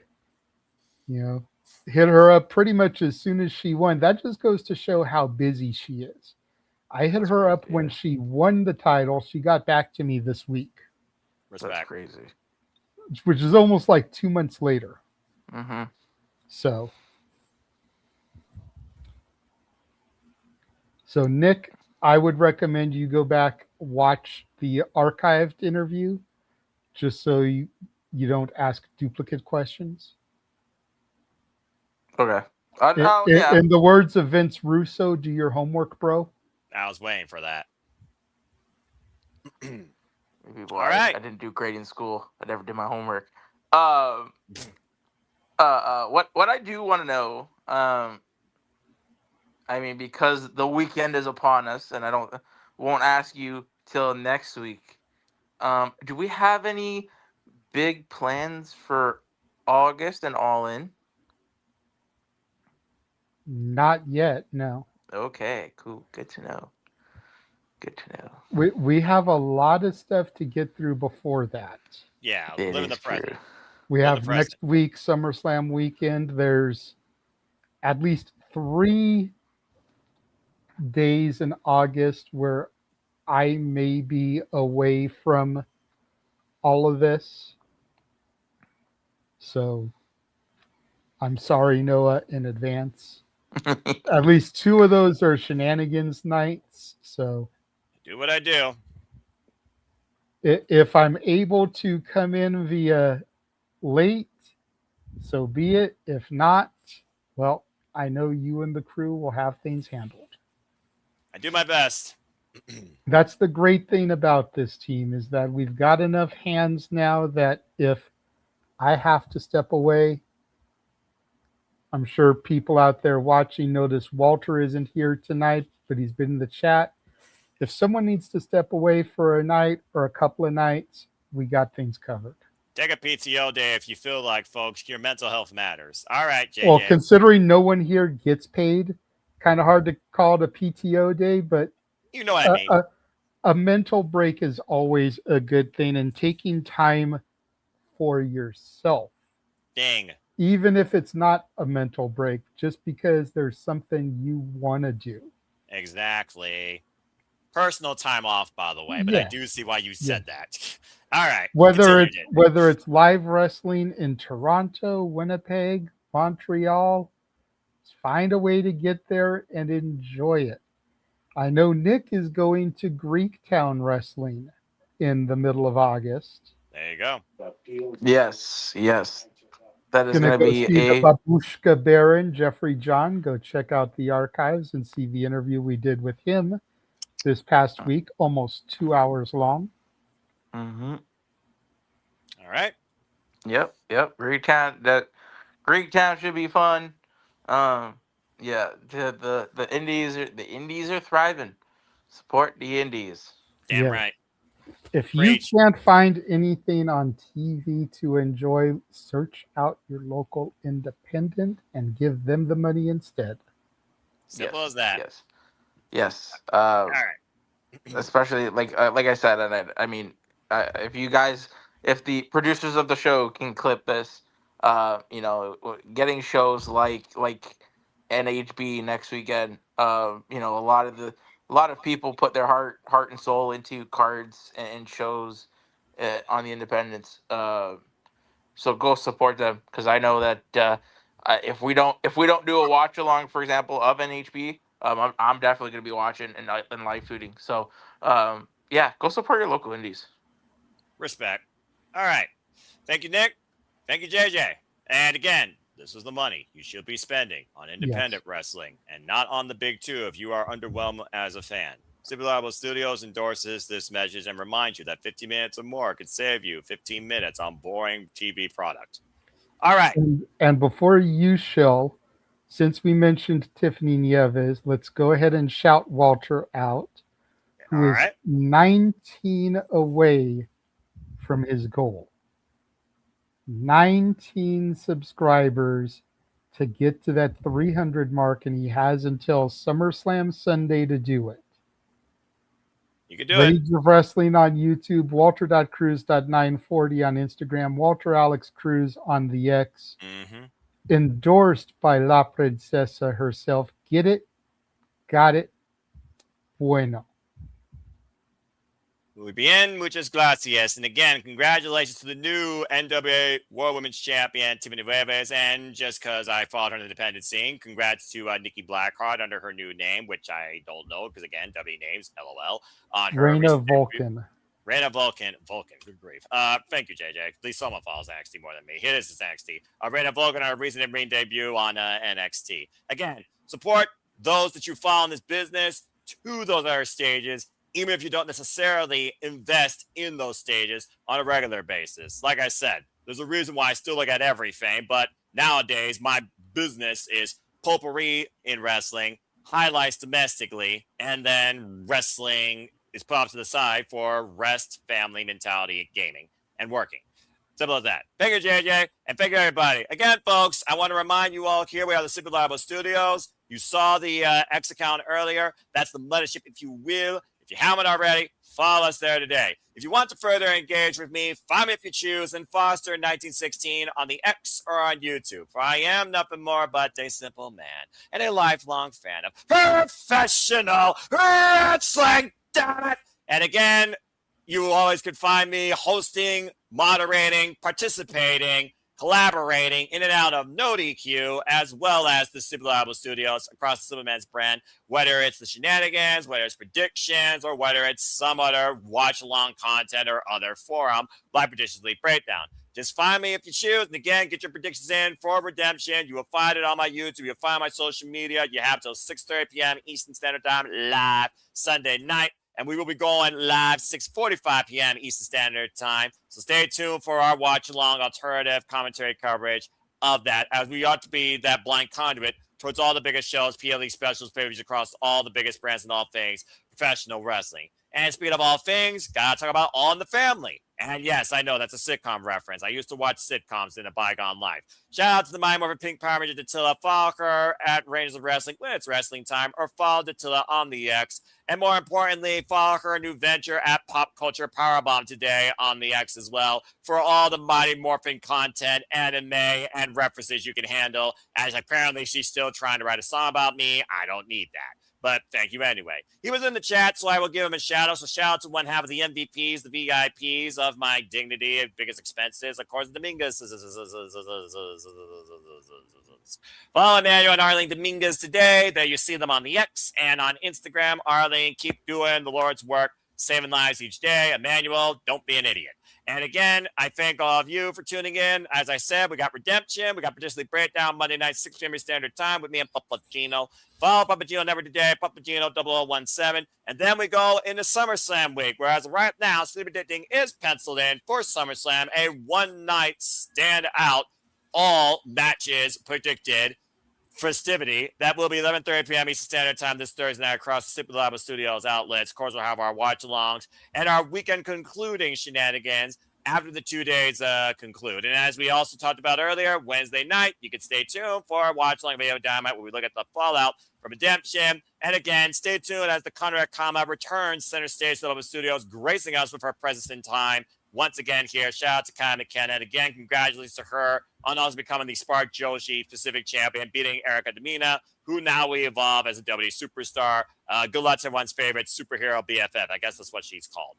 And that's really all I got to say for now, as I only want to remind you that there are no winners, no losers, no betters, just fans of opinions with this passion we all share. So at the end of the day, support one another, respect each other, protect your mentality too, treasure your family, the gesture of life, and true professional wrestling. It is truly as simple as that. And stay tuned for the next simple session with the back.